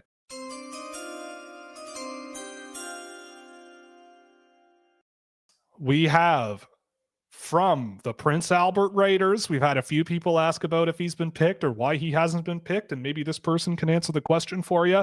Ryder Ritchie goes off the board. So this person landed Tija Ginla and Ryder Ritchie in the same draft. A Western Canada spirit. I love it. Ryder Ritchie's a fun, smart player who I think is only going to get better. I'm a big fan of him. And at 44, I think that's decent value for a player like Ryder Ritchie. AJ, how are we looking for moving on to 45 here? We're good? Then let's do it. You can roll it and we'll get to 45.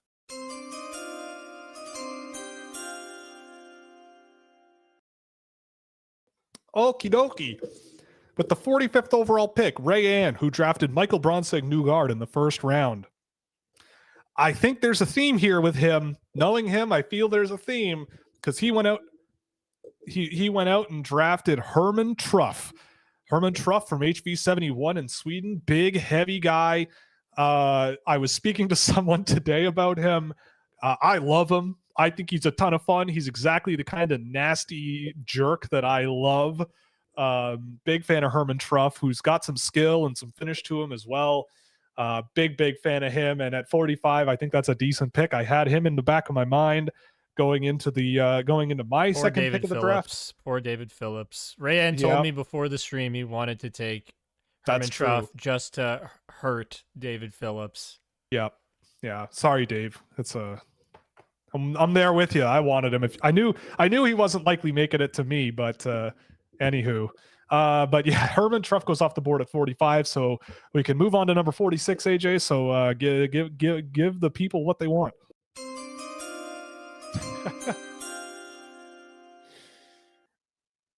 All right, so Beckett Seneca went first to Louis Boulet, whatever it is, at 14. And at 46, we have another enigma of the draft. I love it. I love that this is a thing that's happening. We got from Jypja Veskala, the big, gigantic, confident, insane person in Jesse Pulkkinen. Jesse Pulkkinen goes off the board at 46 to combine with Beckett Seneca. Two just big, long, skilled guys, and you gotta love that. So Jesse Pulkkinen off the board at 47 or 46, I should say. We can move on to number 47 with Pokey, who drafted Sam Dickinson, got some good value at 15. We're at 47, and run the graphic, and we'll find out who it is.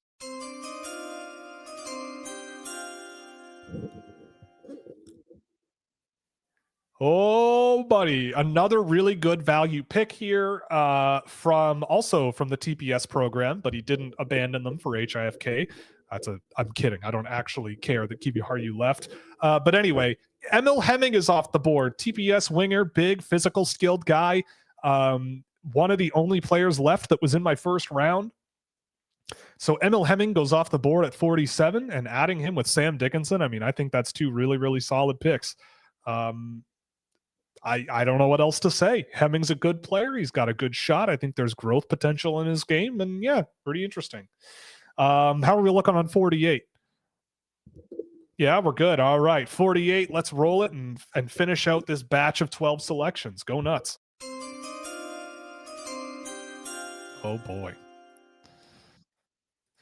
And we are back. We have Matvey Gridden of the Muskegon Lumberjacks, teammate of Sacha Poivert, off the board.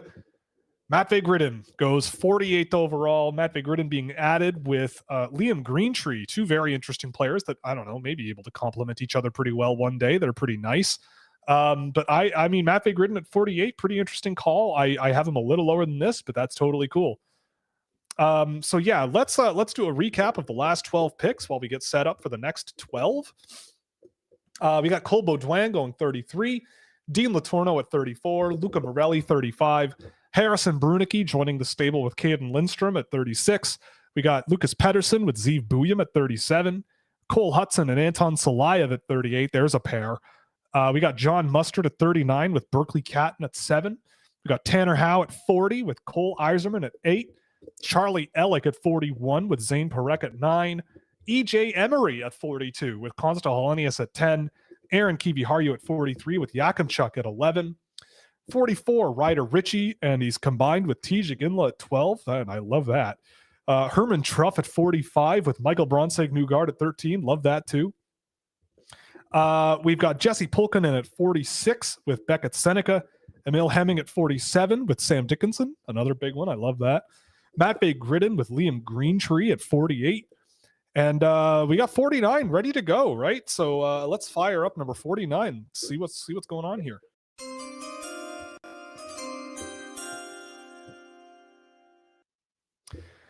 At number 49, a very interesting selection as Loko Yaroslavl Yegor Surin is off the board here. An interesting selection. Surin and Frey is not a bad pair to come away with in the first and second round of the NHL draft. I like it. Felix, maybe there is something to the whole Norwegian way of life because those are a pair of good hockey players. Yegor Surin off the board at 49, and we can move on to number 50 because the pick is in. And roll video, and let's get to it.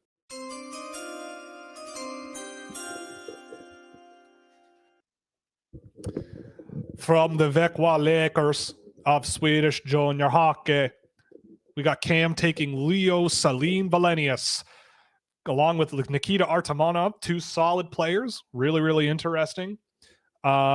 I like Saline Valenius fine. I don't have him ranked, but he's fine. I like him. People seem to like him.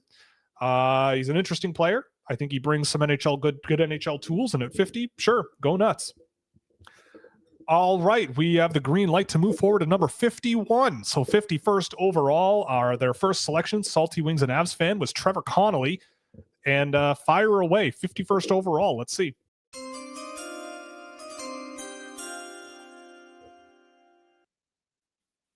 From one very interesting case study on draft day to another, Salty Wings and Avs fan drafts from the Lethbridge Hurricanes, Miguel Marquez. I mean, I think this is great value. Marquez is definitely one of the higher end talent players that is definitely left on the board. NHL teams have doubts, but that's okay. And Miguel Marquez goes off the board at 51 to go along with Trevor Connolly. Those are now two very skilled wingers that this team has now added. So congratulations on that. There you go. You got some two interesting players. All right, onwards we go to number 52. AJ, fire it up.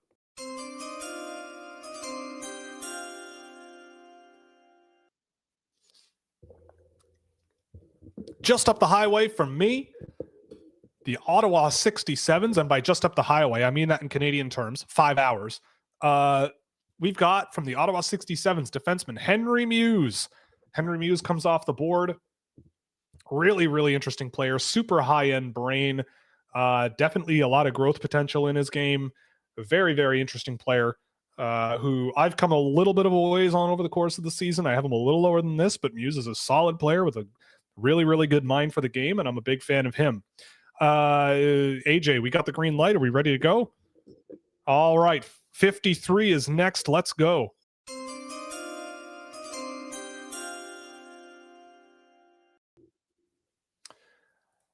Well, our person at 21 took Marek Vanacker and went a little off the board, and wouldn't you know it, they went a little off the board again and went with a re-entry player, our first of the year, in Blake Montgomery of the Lincoln Stars. This is an interesting one.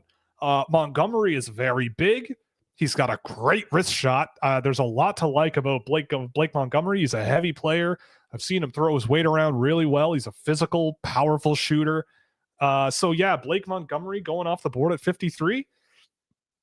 You love to see it. You know what? I love it when people go off the board and do what they believe in. Huge fan of that, and I love to see it. And Blake Montgomery, hey, nothing says that he can't be just as good as a lot of the other players going in this range. He's a very, very interesting player. And yeah, the first overager of the entire... Oh no, Pulkkinen was the first overager. Right.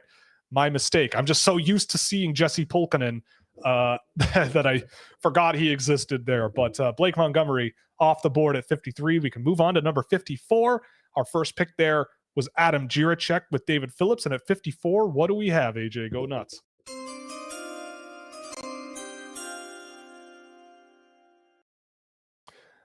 Well, we've got a very interesting player for this year's draft class, and Färjestad defenseman Noel Franzen off the board. Pretty speedy, skilled, daring, confident offensive defenseman who's scored a ton of goals and scored a ton of points this year. A really, really interesting player. Franzen is just a heck of a skater, and there's a lot to like about him. And on that, on that note, we've caught up on all picks. So Timu, Jeremy Plourde, Wam, Caden, Moose, and then me. So let's make sure that they aren't adding their picks elsewhere. They are not. So the next batch of picks are waiting to be made. As a quick recap, obviously, we've got Yegor Surin going with Alphonse Frey at 49, Leo Celine Valenius at 50 with Artemanov at 18, Miguel Marquez at 51, Trevor Connolly added to that at 19 as well. At 52, you've got Henry Muse added to Igor Chernyshov, Blake Montgomery at 53 with Marek Vanacker at 21, and Noel Franzen at 54. And 22 was Adam Jiricek. Let's see if there's anything from the chat while we wait for Timu and Jeremy and all those other guys to make their picks so we can move forward. If not, I can also message him. Okay.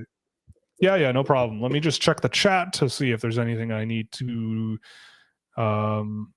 put together here.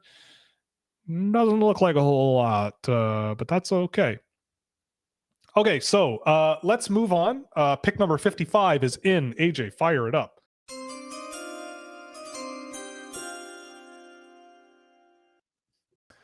Pick number 55, we have our first goaltender going off the board here as, oh boy, now I can't remember what team this guy plays for. Jokip in the second division of the Finnish hockey system. I'm not sure what program he's actually a part of. HIFK. Okay, so he's part of HIFK's system, loaned out to Jokip and had a great year. We got Emil Vinny going off the board at 55. So there it is. Emil Vinny at 55, coming after Noel Franzen at 54. So this person ended up with Emil Vinny and Dominic Badinka in the same draft. So that's also pretty solid. We can move on. We got number 56, Jeremy Plourde. What do we got? AJ, roll the graphic.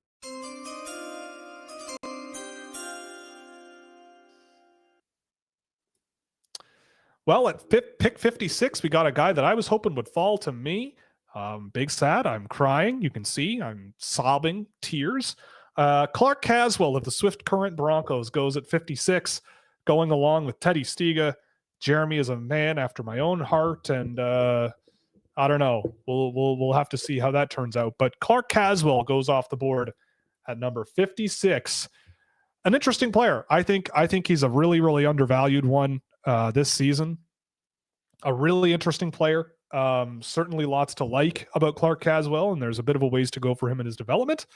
But there's lots to like about Clark Caswell, and I'm a big fan. We can move on to Wam, who at number 25 selected Michael Hage, and who's the guy at 57 that they went for?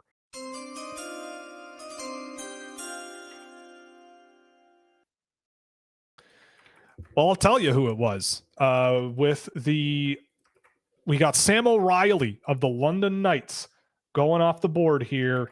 A very, very interesting player. I'm a big fan of Sam O'Reilly. I think he's a really nice, projectable guy. Pretty hard player to play against. Got a bit of skill to him as well. Thinks pretty well. Just a good projectable dude that I could see playing in the NHL one day. So not bad at 57, especially with Michael Hage also off the board. So let's move on to number 58. We've got Caden at 58, and take it away, and we'll see who's on the other end.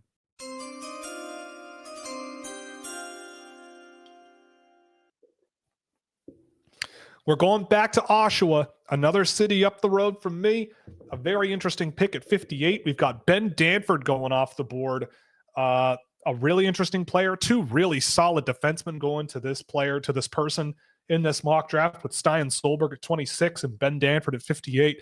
I certainly wouldn't want to play against this pair. I wouldn't like that very much. Ben Danford, big, solid physical guy, but does have a bit of that skating and skill ability. I love this pick in this range. A little bit higher than I've got him, but I do not care. I do really think that Ben Danford is a really interesting pickup here. Yeah, I mean, him and Solberg together, really, really good. So we can move on to number 59 at 27. Moose 85 took Jet Lachenko. And at 59, who's it going to be, AJ?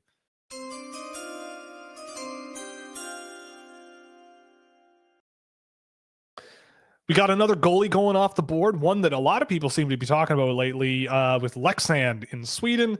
We got a big, gigantic guy in Marcus Gidloff, big dude who saves a lot of hockey pucks, and there's a lot to be said about that. So adding him and Jet Lachenko together, that's a pretty interesting pair. Gidloff's a little lower on my goaltending list, but people seem to like him, and they're probably smarter than me when it comes to goaltenders. So we'll see what happens with that, but Gidloff is a good one. And I'm up next. I took Andrew Basha in the first round, and my pick is in. I'm ready to party. So fire it up, AJ. Let's see what the people think about this.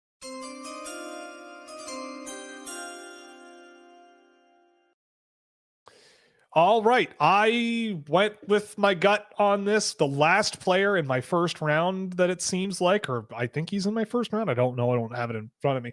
But I went back to Jukurit. I drafted Mr. Konsta his teammate, Topias Heinonen at 60. I know I feel like I'm on an island with him, but I just think I love this guy. He's a little small, but plays big. He plays against men and plays well. Drives really good data in a lot of ways. I think there's just a little bit bubbling under the surface that needs to come out more. But Topias Heinonen has been impressive to me all season long, and is just a guy who plays with that, I hate to say it, but the dog is in him. And I certainly really, really like a Topias Heinonen. So Heinonen and Basha, you might look at that and go, oh, here's Will again drafting the small guys. But I mean, I just take the good ones that I really, really like. And y'all took some other good ones that I really would have considered in this range. But here we are, Topias Heinonen at 60 for me.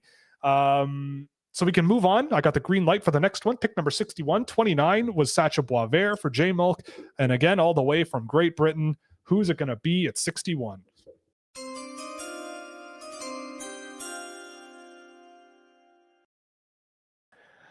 We're going back to Medicine Hat. I don't know where it is, honestly. If you point it on a map and you forced me to find Medicine Hat, I don't think I'd be able to find it for you, but Thomas Mercic certainly could. And Thomas Mercic is off the board yet again. Another Tiger going off the board here. Honestly, a player that I'm not super familiar with based on this season. Pretty good shooter, I found. Got some skill too. An interesting player. But yes, Thomas Mercic goes off the board at 61. Whitney's Miltank is continuing to try to ruin my life as an adult, asking, wishing that we did 7 rounds. My lungs would explode by the time round 4 probably came along. I'm already starting to lose some of my voice here, so let's 7 might be a little much. 3 is a nice sweet spot, I think. And but yes, I mean, hey, if you want to go crazy off the board in the 3rd round, I'm all for it. Let's do it. Big time. You said you were ready for the next one there, buddy? All right, let's do it. Pick number 62 to go along with Luke Misa belongs to just a guy named Blue. So let's fire it up at 62. Who it is?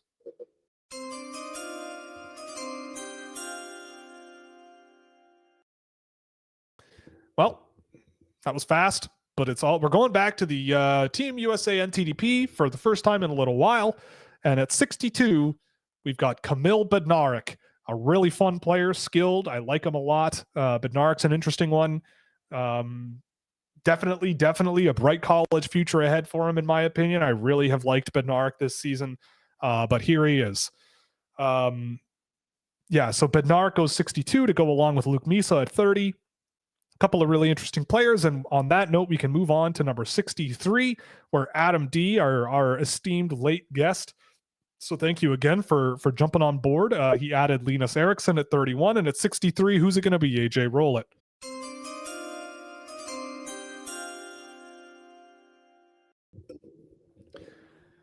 Where's Sam McGilligan when you need him, honestly, because somewhere he's crying tears of joy after I say this name. We're going to the Youngstown Phantoms, and in the second round, Adam D selects Luke Osborne, lanky defenseman from I forget where. Honestly, I'm bad at that. But USHL rookie, went from a depth defenseman to top pair minutes to top 4. He bounced around the lineup, but looked really good doing it, in my view. He didn't score a ton, but Luke Osborne is a really interesting player who I think could bring a lot to the table, one of the younger players in the draft. Definitely on my short list for the draft. I'm a big Luke Osborne fan. And hey, Eriksson and Osborne together, interesting, solid hockey players. And at 31, if you're a Stanley Cup runner-up team, I think you've done pretty well. We can close out the second round now, which is exciting. So let's do that and move on to Jerma Hurl, who took Tarek Parasak at 32, and we can go to 64 now. So fire it up and let's see who it is.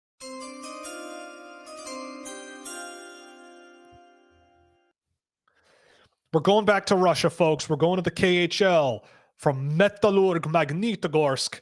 We're taking a 21-year-old goaltender in Ilya Nabokov, Gagarin Cup champion, Gagarin Cup MVP. What more could you want? Ilya Nabokov goes off the board, our third goalie off the board, our third goalie in the last 10 picks, to be perfectly honest. It's pretty amazing. So let's do a recap of the second round before we get into the third round here. Excuse me while I stretch out my lungs here. But Scott started off the second round with Cole Baudouin to add to Macklin Celebrini. At second, Witsauce added Dean Letourneau to Artyom Levshinov. Whitney's Miltank had Luca Morelli to go along with Ivan Demidov. Ilya is nobody. Eloy then took Harrison Brunicki at 36 with Caden Lindstrom at 4. Hilio took Lucas Pedersen with Zeev Buyam at 5. A couple of skill boys. I love it. Fitz 23 took Cole Hudson at 38 and added him with Anton Salayev, which is a real fun time. We've got John Mustard at 39 off the board to go along with Berkeley Catton. Yzerman takes Yzerman, got Yzerman, and then in the second round, he got Tanner Howe. Atko took Zane Parek in the first round. We got Charlie Ellick at 41 in the second, another very interesting combination of players. Lebowski at 10 took Consta Hellenius, and then at 42 took EJ Emery, which, nice.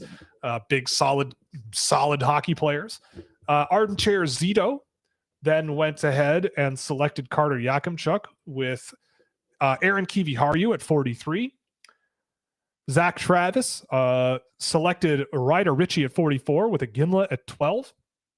Another very solid combination of players, especially for mid-first round. Rayan, again, there's a brand here, taking number at 45, Herman Truff to add to another tough boy and Michael Bronseg Newgard. Louis Boulet at 46 took Big Jesse Pulkkinen and added him to his stable with Big Beckett Seneca. At 47, we have Emil Hemming along with Sam Dickinson at 15. That goes to Pokey, so two interesting picks as well there for that range. Alexander Montreal, or MTL, whatever you want to call it. Liam Greentree, 16, took Matvey Gridden at 48. All the way from Norway, we have Felix, who took Yegor Surin at 49 and added him to with Alphonse Fry. Cam then went ahead and took Alphonse Fry's teammate, Leo Celine Valenius, with Nikita Artemanov at 18. Salty Wings and Avs fan, 51, took Miguel Marquez to add with Trevor Connolly. Kyle D took Henry Muse to add to Igor Chernyshov. Atmospheric River took Blake Montgomery off the board and added him with Merrick Vanaker. Two off-the-board picks. I love it. David Phillips then took Noel Franzen at 54. Adam Jiricek at 22. At 55, Emil Vinny went off the board and added with Dominic Medinka for Timu, another Discord member who we all love. Jeremy Plourde at 56 took Clark Caswell out from under my nose, which sucks. And Teddy Stiga also out from under my nose at 24. Sad Will, but that's okay. Wom then took Sam O'Reilly at 57 and added him with Michael Hage. Two interesting picks there as well. I think those are good ones. Caden then took Ben Danford with Stein Solberg, and boy, there's a brand there too. You got to respect the brand. Moose 85 then took Marcus Hidloff and added him to Jet Lashenko. I took my boy Topias Heinonen and added it to Andrew Basha. Not so bad. I like that. Jay Mulk then took Thomas Mercic and added him to Sacha Boisvert. Camille Bednarik went 62. Luke Misa went 30 to the same person. And then Adam D went ahead and took Luke Osborne and added him to Linus Eriksson. And to close out the second round, Jeremy McCurdle took Ilya Nabokov at 64 and Tarek Parasak at 32. Okie dokie. We can get the third round started. Let me just take a moment. Let's see if there's anything to catch up on in the chat. Okay. Well, that's good. Thank you very much, folks. It's very nice. We work hard to put this show on, and it's a lot of fun. Okay, we got a lot of picks backlogged, so let's get going on it while I also hydrate myself because my vocal cords are screaming at me. So it's 65. Who's it going to be, AJ? Fire it up.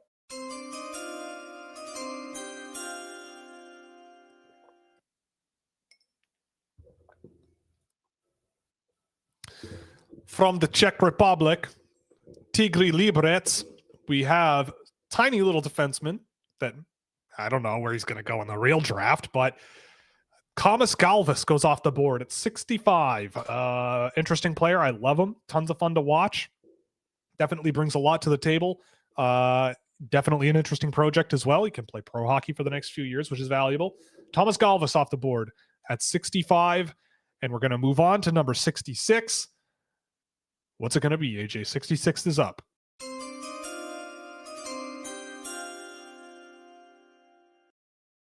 Okie dokie. At 66, we've got Justin Poirier of the Baikomo Dakar. A boy who just shoots pucks all day long and scores a whole bunch of goals. So Witsauce came away with Artyom Levshinov, Dean Letourneau, and Justin Poirier, all in the same draft.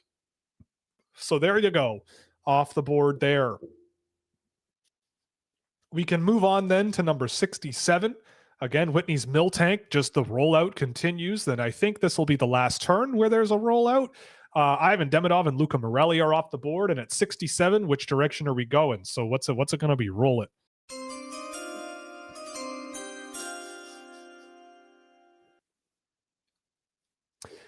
We got another goalie going off the board, folks, and it's one that I love. Saskatoon Blades goaltender Evan Gardner goes off the board here. I love this pick. I think Evan Gardner is just a really, really impressive hockey player. Brings so much to the table as a goaltender. I mean, a guy where, if I'm putting my chips on the table in the later mid rounds of the draft, it's going to be Gardner.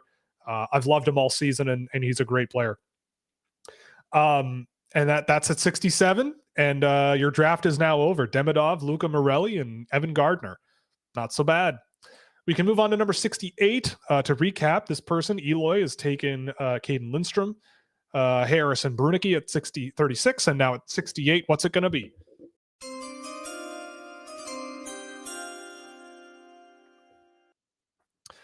There's a trend here. It's another goaltender.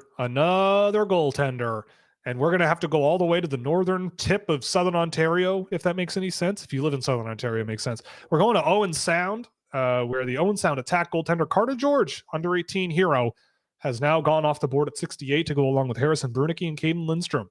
So Carter George off the board at 68. We're moving on to pick number 69. We've got Zeev Buyum and Lucas Pedersen off the board at 5 and 37. So at 69, roll it and we'll see who it is.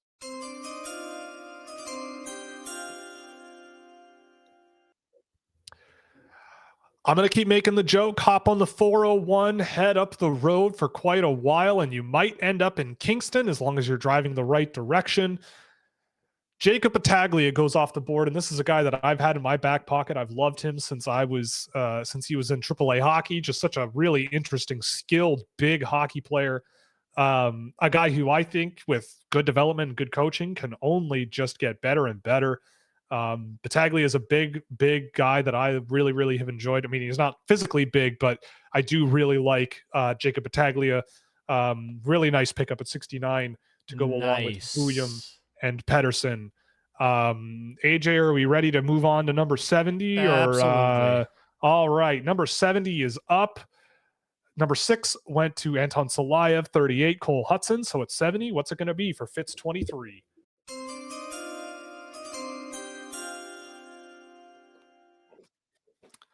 We're dipping into the Minnesota high school hockey circuit for the first time this season. Here we are. And we're going to go with Javon Moore of Minnetonka High School, a big physical guy who can shoot. Played pretty well in the USHL time that I saw him. I don't have him ranked, but that's okay. Javon Moore goes off the board at 70. A nice pickup there, though, for Salayev and Hudson and Javon Moore. 3 really solid players, very interesting. And yeah, not bad. As a quick recap of the third round so far, Thomas Galvis went to Scott's team with Macklin Celebrini and Cole Baudouin. Then Justin Poirier and Dean Letourneau and Artyom Levshinov went to Witsauce's team. Demidov, Morelli, and Gardner. I love Evan Gardner. Going to Whitney's Miltank. As much as I have a distaste for Whitney's Miltank, here we are. I can't hate. And at 69, we got Jacob Battaglia with Lucas Pedersen and Zeev Buyam. And then Fitz 23 took Javon Moore with Cole Hudson and Anton Salayev. 71 is up. AJ, what's it going to be?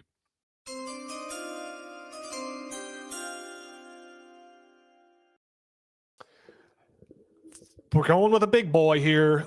From the Lincoln Stars at number 71, David Saad takes Adam Kleber. Adam Kleber's joining a team with Berkeley Catton and John Mustard on it, and I think that's just fine. So Adam Kleber is now off the board at number 71. Big, rangy skater. He's got some skill, too. There's some very, very interesting players.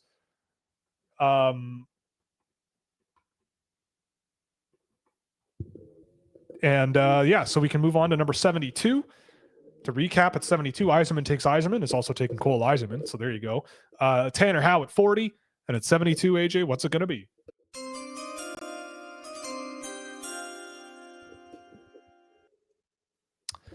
We are back, and at 72, we're going to Sweden. We're going to Sweden and taking the little kid from Sweden, from Örebro, Alexander Zetterberg. Fun. You know, fun is the name of the game with him. He's skilled, he's shifty, he's evasive, tons to like. Alexander Zetterberg goes 72nd in the draft here after Adam Kleber and Javon Moore.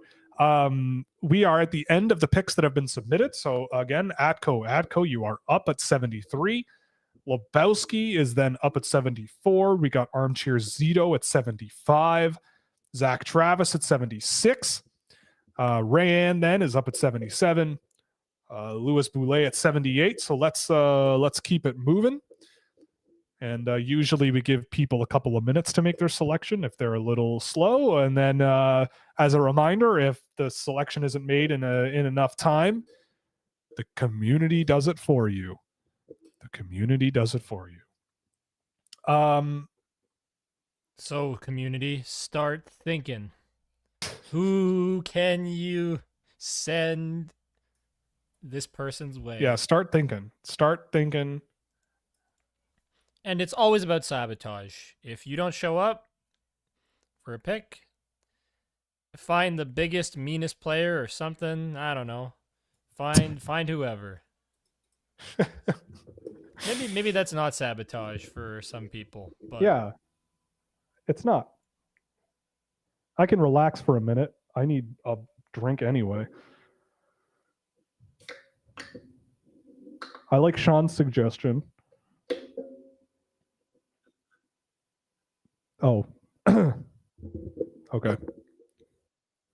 Yeah, I just have to sit up more. Do we have any questions from the chat? Felix asked, how many games have I watched and tracked? I mean, watched, I have no idea. Too many. Tracked, I think I got up to 700 this year, like 680 something. Will's a like crazy that. dude. Like he's insane. Well, I don't have a real job. This is my job for some reason. So but even before this, Will, you were doing crazy amounts of games tracked in the years leading up as well. Like it's kind of ridiculous. Yeah. It's definitely more than 600. I'll say that. I don't know if I got to 700, but I wanted to break 600 this year and I got there. And I think I saw pretty much everybody I wanted to see that I wanted to track. There might have been a couple of guys that I didn't, like Riley Patterson, Thomas Mercic. Those guys I didn't. But anyway. Well, word is the pick is the pick is in. I see it. Okay, so I'll just do that. Okay, so the pick is in. AJ, when you get the green light, just let me know and I'll all right, so let's roll the clip and we'll go to number 73.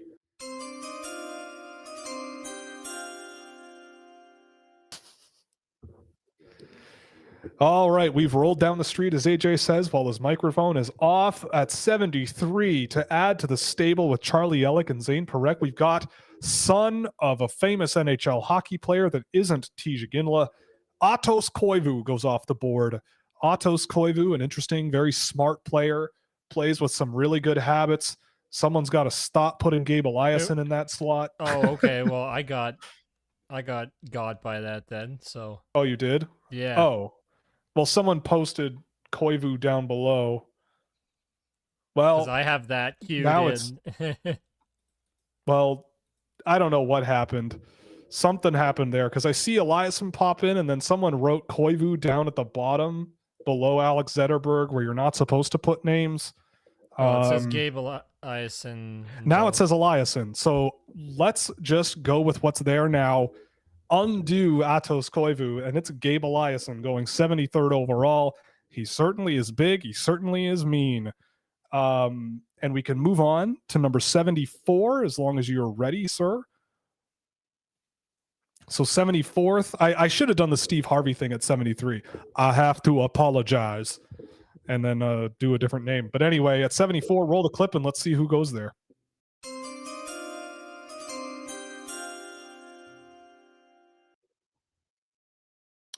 All right, so Lebowski has added Consta Hellenius and EJ Emery, and his third selection off the board is Taryn Smith of the Everett Silvertips. Not a bad place to play if you're a defenseman.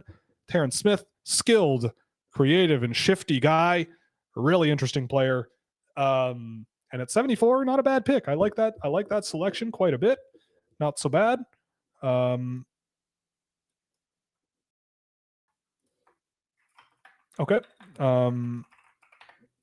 And 1 second. Okay. Okay. So 74th was Taryn Smith. So we got Smith, Emery, and Hellenius off the board at 74. We can move on now to number 75. What is it going to be, AJ?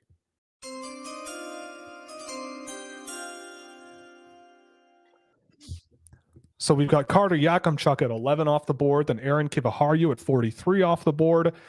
Back to back, going to Everett, Washington. We have Julius Miettinen. I really like this pick at 75. I think Miettinen is a great player to pick up as your third pick. In the real NHL draft, I would not be surprised if you had to get Miettinen at 43, and then you could get Kiviharju at 75. So that's not so bad. I really, really like that pick at 75. Miettinen's a really solid player. Really just a smart meat and potatoes guy who just drives results every time I see him. One of those guys you don't notice, and then he ends up with 4 slot passes and a scoring chance, and you're like, oh, well, that was fun. We're moving on to number 76. Again, Rayan, you're up at 77. Louis Boulet at 78. Pokey at 79. Alexandre Montreal at 80 and beyond. Felix at 81. Felix, again, your Norwegian superpowers. Please start using them now instead of making us wait around. And we can move on. Number 76, Tij Ginla at 12, Ryder Ritchie at 44, and let's roll and see where we're at.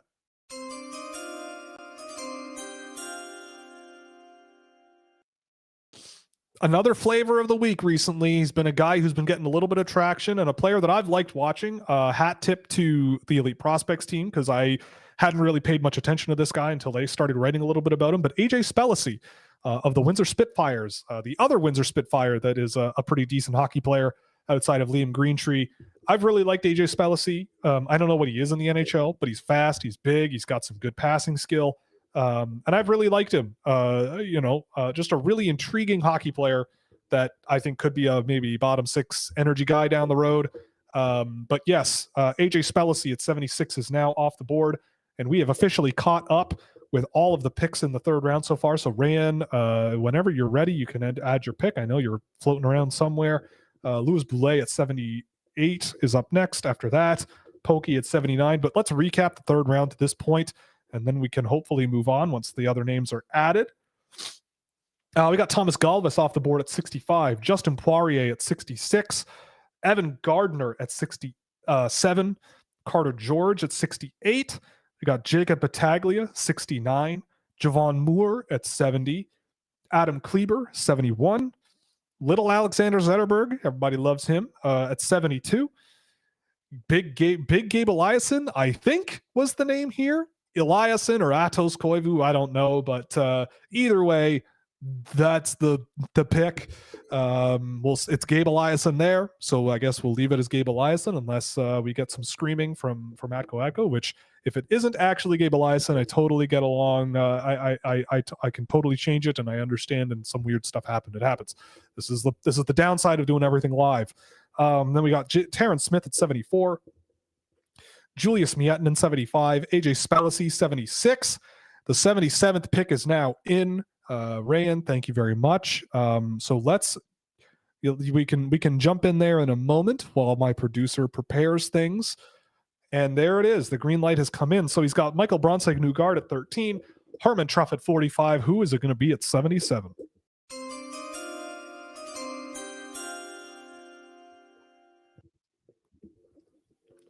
We got another interesting one that I've really liked this year from the Red Deer Rebels. We got Ole Josephson.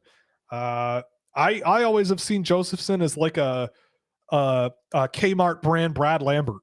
Really speedy, really supportive player, underrated defensive player, underrated offensive creation ability, but just didn't get the production this year that you would expect. I think he's a breakout candidate in the WHL next couple of years. I'm a big fan of Josephson, and 77, pretty solid range to start taking him, and here it is. 78 is up next. We got Beckett Seneca and Jesse Pulkkinen going to Mr. Boulet at this point. So at 78, we're ready to go, and let's see who it is.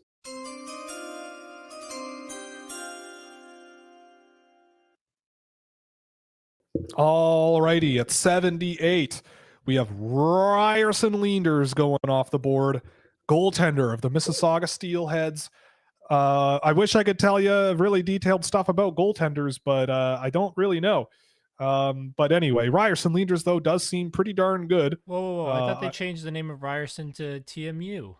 Didn't they? Sorry, yeah. Hey, now. TMU Leenders, Toronto Metropolitan University. Leenders now off the board at 78. He's a good goalie from whenever I've seen him. Solid goaltender, third round pick. Sure, I'll take it. But TMU is now off the board, and I like that. That's a good one. At 79, we got Pokey coming up. 15, they took Sam Dickinson. At 47, they took Emil Hemming. 79 is up next, and let's see who that might be.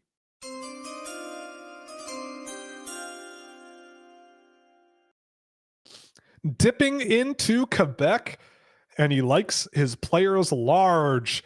We've got Spencer Gill off the board of the, I believe, Sherbrooke Phoenix, if I'm not mistaken. I'm going to double check that before I make myself look foolish.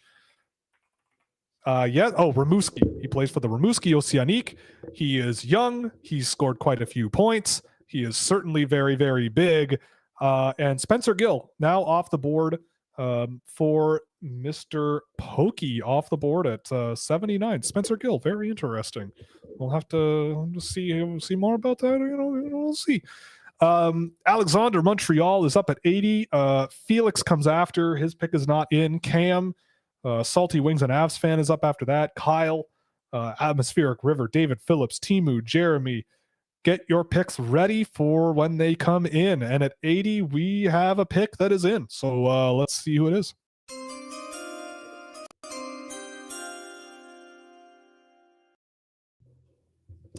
We're going back to Quebec, folks. We're going back to Quebec. A player I'm surprised is still available here in Maxime Massé. Maxime Massé is now off the board, joining Matvei Gridin and Liam Greentree.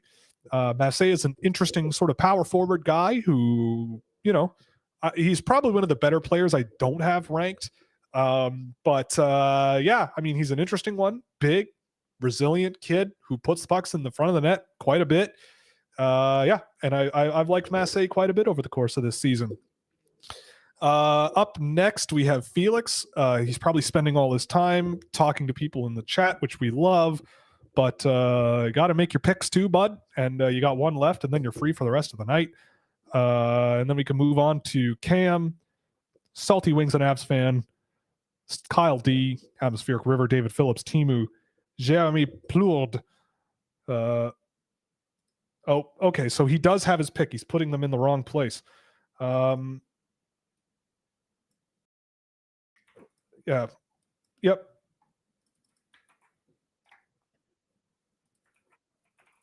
Okay. So the pick is in, and I'm pissed.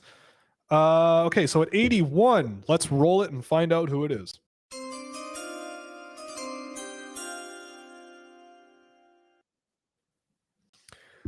All the way from Zurich. I'm really annoyed that people did not continue forgetting about this player. But we have Daniil Ustinkov going off the board, defenseman, one of the younger players in the draft. I just put my report together on him the other day. I still really like him.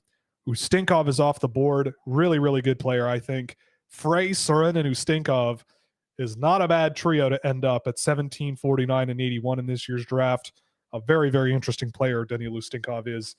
And that report will be coming out sometime in the next 3 days because it's in a batch of 3 that Will has sent to me. So I don't know which day I'll edit it, but I know it'll be up in the next 3 days. Yes. Before the draft. So the pick for 82, I think they put it in at the bottom, but the player was already selected. So Cam, you're going to need to pick a different one, I think. And I do agree that Ustinkov's hockey nickname has to be Stinker, and I feel like it will be. Or Stinky. Stinky's funny, too. Yeah, Stinky, yeah. Stinky Dan. Yeah, Stinky Dan's great. Stinky Dan. That's where I would go. I don't know. Maybe that's not the sense of humor they like over in Switzerland. Okay, so we have a pick here from Cam, and he is now done. Yes. We got Salty Wings and Avs fan in after this. Let's fire it up. Number 82, they took Artemonov and Celine Valenius in 82. Let's see who it is.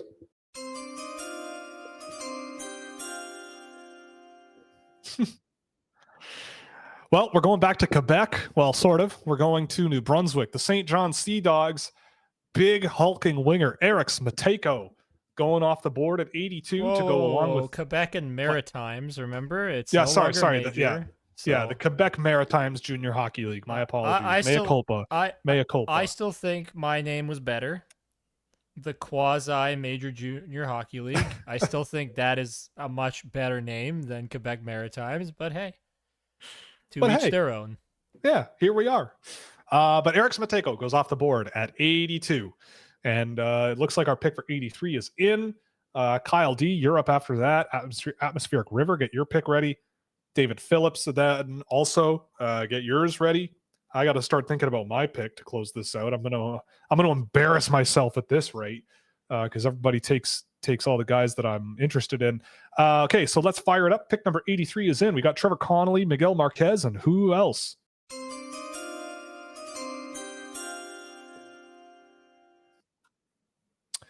We're back, and we are going to be going to the United States Development Program once again. Going for Brody Zemer. I really like Brody Zemer, and I think at 83, that's a pretty good pick. Super, super smart hockey player. brings a lot to the table. I thought he had a great under 18 as well, played really well working off of those other players he was playing with. He was playing with some high-flying guys, here and there, James Haggins and Teddy Stiga, played really well with those guys, and I thought Brody Zemer showed well, and he's on my list, and I'm excited to see what happens to him in the actual draft. So let's move on from there. We can go to 84, and they've taken Igor Chernyshov and Henry Muse so far, so what's it going to be at 84?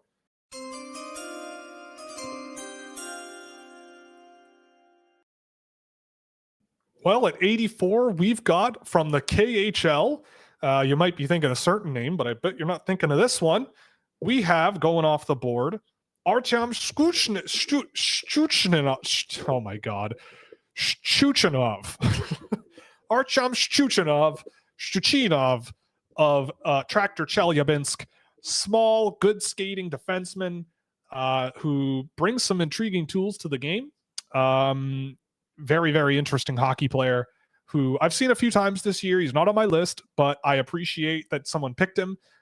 He's a very, very interesting player with tons and tons of skating ability, definitely a bit of skill on the side, and a very, very interesting player to take at 84 there to go with his other Russian compatriot, Igor Chernyshov, and someone who is certainly not Russian in Henry Muse. AJ, are we ready to go with the next one? Absolutely. All right, let's do it. 85. So they've got Merrick Vanacker and Blake Montgomery. Is this one going to be just as far off the board or what?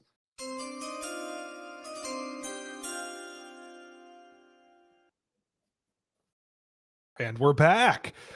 We're going goaltender again here. We got another goalie off the board from the Omaha Lancers of the United States Hockey League, the one and only Omaha Lancers. We've got Mikhail Yegorov, a player I was considering taking if he had kept slipping a little bit here, but that's okay. I'm not upset, But Mikhail Yegorov goes one pick before the goalie guy himself, David Phillips.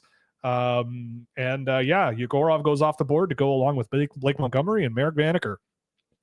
And here we go. We're on to number 86. We're getting close to the end here. I think this is the last 10 picks. Yeah, last 11. So let's do it. 86. We got Jiricek and Franzen up, and David Phillips with his third pick. Who's it going to be?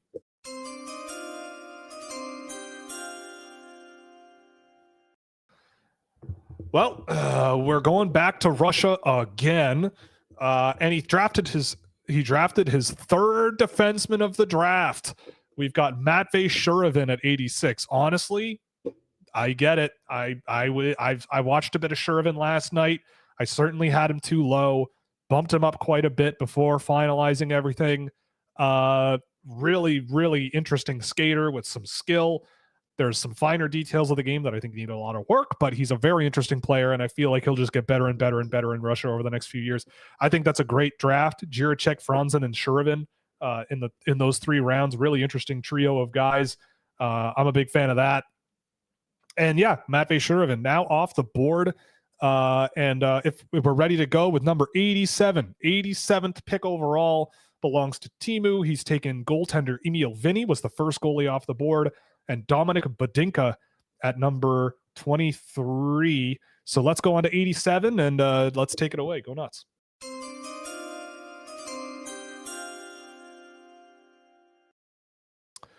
Well, look at who it is. We got Ludwig Johnson going off the board at 87. Ludwig Johnson, Swiss defenseman, a little bit off the board here, going ahead of some other Swiss players who people really thought would be going really high, like a Leon Mugli or something. But Ludwig Johnson off the board, really high skill guy, a guy I've had in my back pocket all season long. Really good neutral zone defender in my views.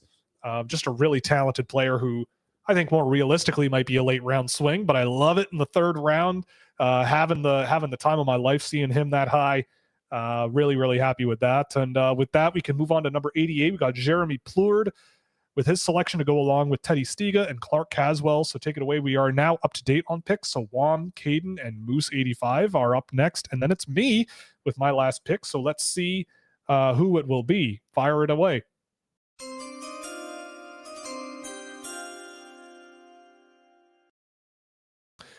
Well. To go along with Teddy Stiga and Clark Caswell, how can Jeremy break my heart today? He takes Leon Mugli, the guy that everybody probably thinks is going higher than a guy like Ludwig Johnson, but Leon Mugli Also from the same team in Zug in Switzerland.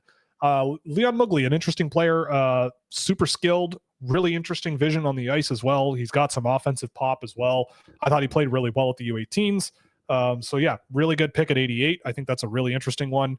And we can then move on to number 89, correct? We've got Michael Hage at 25, Sam O'Reilly 57, and at 89, let's see what we've got.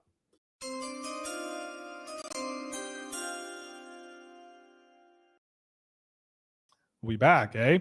At 89, we have an interesting one. Off the board here, we got, I believe, Cape Breton Eagles player. Let me double check that. We got, Charlottetown Islanders. Sorry, I mixed those two teams up. The Charlottetown Islanders. We've got Alexis Michaud going off the board here. Very interesting pick. I've seen Michaud quite a bit this year. A guy who is unranked by NHL Central Scouting, I believe, but a player who is certainly quite dynamic. He brings a lot of skill to the table. Had some pretty decent production this year as well. Michaud goes off the board with Sam O'Reilly and Michael Hage. So we now go on to number 90. So far at 90, we've got Stian Solberg at 26, Ben Danford at 58, and AJ, once you're ready, roll it up.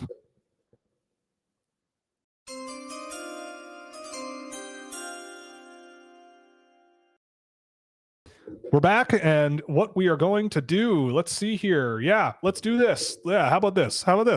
At number 90, we've got Caden taking United States Development Program defenseman William Scahan. Will Scahan is an interesting one. I've liked him all season. Just a smart, simple defender. He's got some skating ability, keeps it simple and effective. I've always liked Scahan, and I think in this range, especially when you've already got Stian Solberg and Ben Danford on the board, just draft 3 big, rangy defensemen with some physical tools and let the rest come out in the wash. Very, very interesting players. And an interesting haul there from Caden. At 91, my pick is up. Let's see here. Who is there? Anyone everybody forgot about? I don't think so. Nope. Darn. Well, probably. No, I know what I'm doing. Let's do this. Everybody likes when people go off the board, right?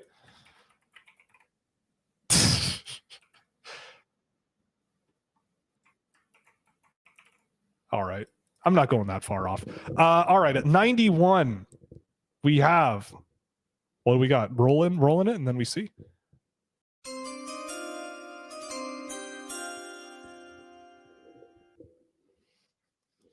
Well, we're back, and we've got from the Des Moines Buccaneers, pick number 91 to go along with Marcus Yidloff and Jet Lachenko. We've got Ilya Protas. Ilya Protas, big center, brother of Alexei Protas. Here we are at number 91. An interesting pick. I like him. Big. Came across my board later on in the season. And Protas is an interesting one. I dig him. Have a lot of fun watching him. He's got some upside. He got better and better as the year went on. He was like pointless until December and then did really, really well. 92 is up next. AJ, if we're ready to go, then yeah, okay, then let's do it. Let's roll away. It's my pick. Went a little bit off the board here, so I hope someone knows what I'm talking about with this player. And let's see who it is. Let's fire it away.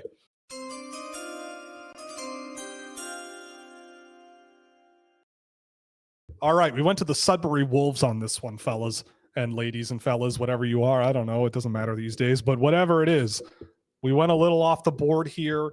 I had my pick between 2 really good players on the Sudbury Wolves, in my opinion, but we went with the big one. We went with the big guy in Kieran Walton. Kieran Walton is off the board at number 92. I love Kieran Walton. I think he hit another gear past the halfway point of the year. He's big, but has great hands to him. Really good puck protector. I think he's a guy that you bet on long-term. I really, really like Kieran Walton. And I mean, I drafted Andrew Basha and Tobias Heenanen, who are not the biggest guys in the world, but now I've got Kieran Walton, and no one can complain. So really, I drafted a big forward who has patched in at center, looked really good doing it in my view. And I think Kieran Walton's a guy that I think a lot of people are sleeping on a little bit in this year's draft. All right, and we can move on to number 93. We got Jay Mulk again, all the way from Great Britain. So we appreciate your attendance, even though it's like 5 a.m. or something. No, 3 a.m. Unbelievable. Assuming that you're in the right time zone. I don't even know what's going on anymore. I'm delirious. But let's roll it. We got 93 up, and let's see who it is.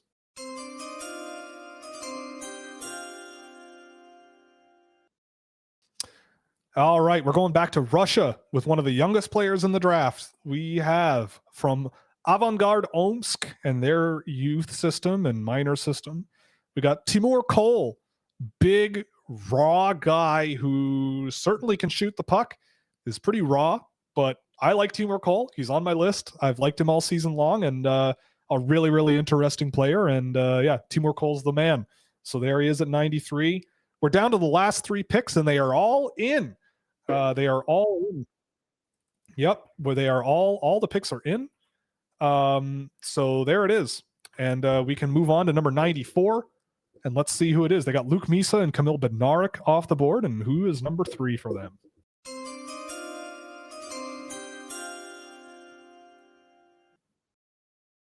Well, here we are, and it is from the Sarnia Sting. We got big young defenseman Lucas Fisher, son of Yuri Fisher, taking his slot in the 3rd round.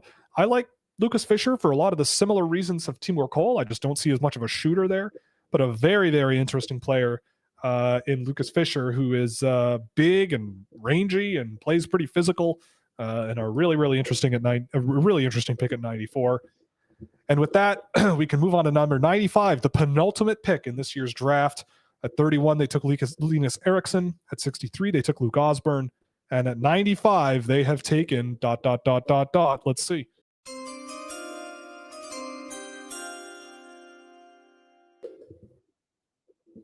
Here we are, and it is Colin Ralph, one of my favorite euphemisms for vomiting.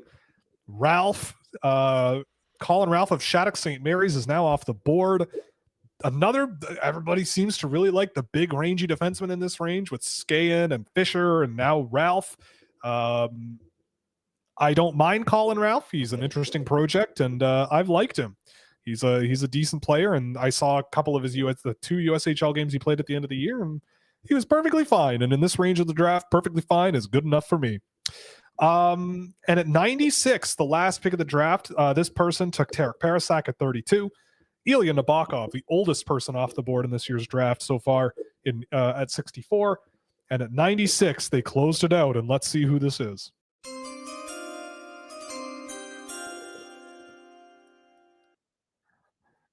I did not believe that this person was real, so we'll start there. I did not know this person existed. And at 96th, to end the 2024 Scouching Mock Draft, Jeremy Hurdle has taken from the Medicine Hat Tigers re-entry defenseman from last year, Josh Van Mulligan. And not like golfing Mulligan, just Mulligan. Josh Van Mulligan, here it is. So I don't know what to tell you about him. I can't say I've paid attention or laid eyes on him more than 0 times. But just for you, just for Jim McCurl, I will do so before I hit the hay tonight, because I always believe in, listening and checking stuff out. But Josh Van Mulligan is off the board. And that's it. We're done. Thank you so much. This was so much fun. Someone's already mentioned that Adam Dzeko didn't get drafted. That's a bit of a surprise. VT Väisänen also not drafted. Simon Zether, Raul Boyard, Carson Wetch. I wanted to take Nathan Villeneuve. I thought Nathan Villeneuve would have been a nice swing in this range. Max Plant would have been another one probably I would have thought of. But there's definitely some interesting ones that didn't get drafted. I mean, I had some good options there with VT Väisänen. I thought he was a guy that I might take, but I am very enticed by the potential in Kieran Walton's game. So with that, AJ, we didn't really think of a way to share everybody's picks all at once. Yeah. I could make it really janky and bring in the browser window, but You could do that. It'll be on the fly, so that's true. But I can do it. Here, let me try it. All right. but it will take a second. Yeah. Also, it's probably a lot easier for me with the condition that my voice box is in right now. All good. But anywho, I thought there were some very interesting things that went on in there for sure, depending on what you mean by interesting. But that's not unusual. It's not unusual. It's not unusual. There it is. So yeah, I mean, there's a lot of people asking about 7 rounds. Y'all are crazy. I would need at least 2 more co-hosts to do that comfortably, and that's not going to happen. And there's going to be a real 7-round draft next week. Yeah, we don't get paid enough to do that. Yeah, we don't get paid enough to do that. Okay. A lot of people talking about Ralph Wiggum quotes for the Ralph thing. I mean, I was sure. gonna make a Ralph Wiggum joke, but I just thought we'd move on. But clearly, I missed an opportunity.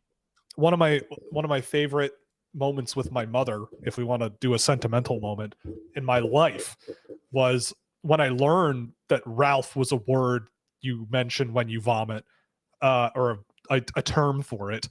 We were listening to the radio in the car. Back in the day, you would listen to the radio in the car, and an ad came on for a Calvin Klein or something, Ralph Lauren. Oh, it was Ralph Lauren. It was a Ralph Lauren fragrance, and they called it Ralph.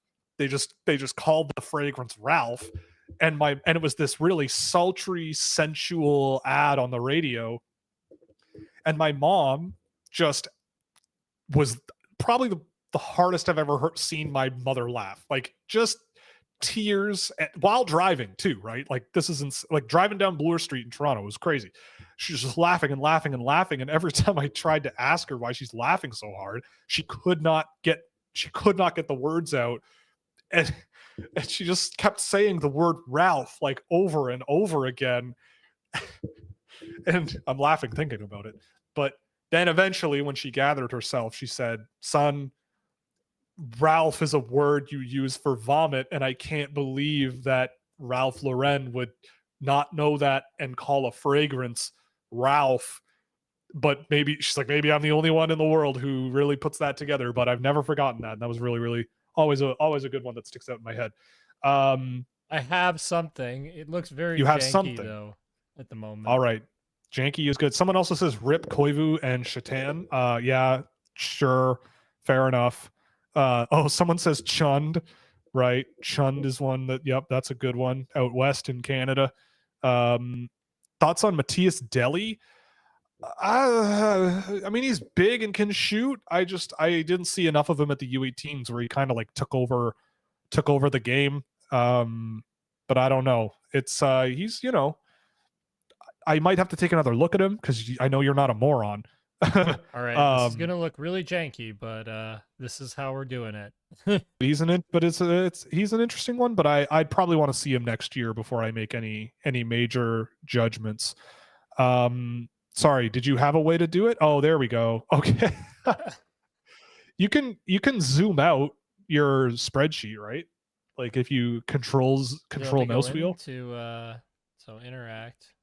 Or I can also just do this and roll down, but yeah, I can. Does that work? Yeah, I'm seeing it. I'm seeing more. I made the font smaller. Yeah, that works. And then I can just scroll down. All right. There we go. How about we just do that then? I can move it too because it kind of looks dumb, but okay. Well, whatever you need, I can play around. But anyway, just gonna move Juan Tilson. I'm gonna move it into the top corner here and try and get it to a nice yeah, do what you need spot. to do. We did get a question anyway. I picked Michaud with the 89th pick, but I'm pretty sure he's not getting drafted. Do you think he's an option next year, and what do you think he needs to do? Yeah, I mean, I've seen Michaud a few times this year because I watch a lot of Marcus Kiersey, who plays on the same team. I've liked Michaud, but the thing is, he's like a very sort of individual puck carrier guy. Like, he likes to attack on his own. Just, he does make some really nice plays in scoring areas, but he kind of doesn't really do it in a way where I'm going, he's not the biggest guy physically. Like, he's not short, but he's not the biggest guy physically. And I just don't know if it's enough to, like, especially since it's not been enough to really take control of a QMJHL game right now. I wonder if it will ever be enough for an NHL game. But I do agree. I think he's a guy who, as Charlottetown gets better, he will look a little bit better. Because I've liked the moments I've seen out of him. It's just when I sat down and watched like full games of him and everything, I wasn't as like blown away by him. But I think he could be a re-entry candidate, and I agree. I wouldn't be surprised if he went undrafted, but I think if anything, he's going to go late. Okay, well, this is gonna look terrible, but whatever. We're just gonna run with it. We're just gonna roll with it. It's gonna look terrible. Yeah. Thoughts on Bill Zonin? I like Bill Zonin a lot. He's one of the few Q guys that the year before they're draft eligible, I get really interested in. Really good shooter. Really, really quick release on his shot, both stationary and in motion. I really like him. He's one that's high on my list. I guess before we go tonight, I can sort of preview the guys in 2025 that I'm looking at, but because this is the last solo show of before the draft, so yeah, like I guess we can do that before we go. Why? But yes, I like Billy Zonin. Why is Miltank in the thumbnail? Okay, so there's a user in here, Whitney's Miltank, who before this season, my most successful YouTube short was from a stream where I first saw Whitney's Miltank username, and I love it right off the top because I told the story of when I was 10 and got Pokemon Gold on my drive up to my parents' place in the woods. I played Pokemon Go pretty much the whole way and got to the gym with Whitney. And at that time, like, nobody really knew the game yet because it wasn't like there was no YouTube, right? It was 2000. So word got out about stuff through your friends and through magazines or whatever, or maybe television if you saw the right TV show. So everybody was kind of flying around by the seat of their pants, and everybody, by the time they hit Whitney, went, what the hell is this? And if you're not familiar with it, Whitney's Miltank in that game at that point was very, very powerful because I think it was like a level 20 and most of your Pokies were like in the early teens to mid-teens, and it would use rollout, which is a move that gets stronger and stronger every time. And I said on camera that I got so frustrated fighting this stupid Miltank in the car that I cried. As a 10-year-old boy playing video games, I cried because I was so frustrated. But eventually we got there. I got through it.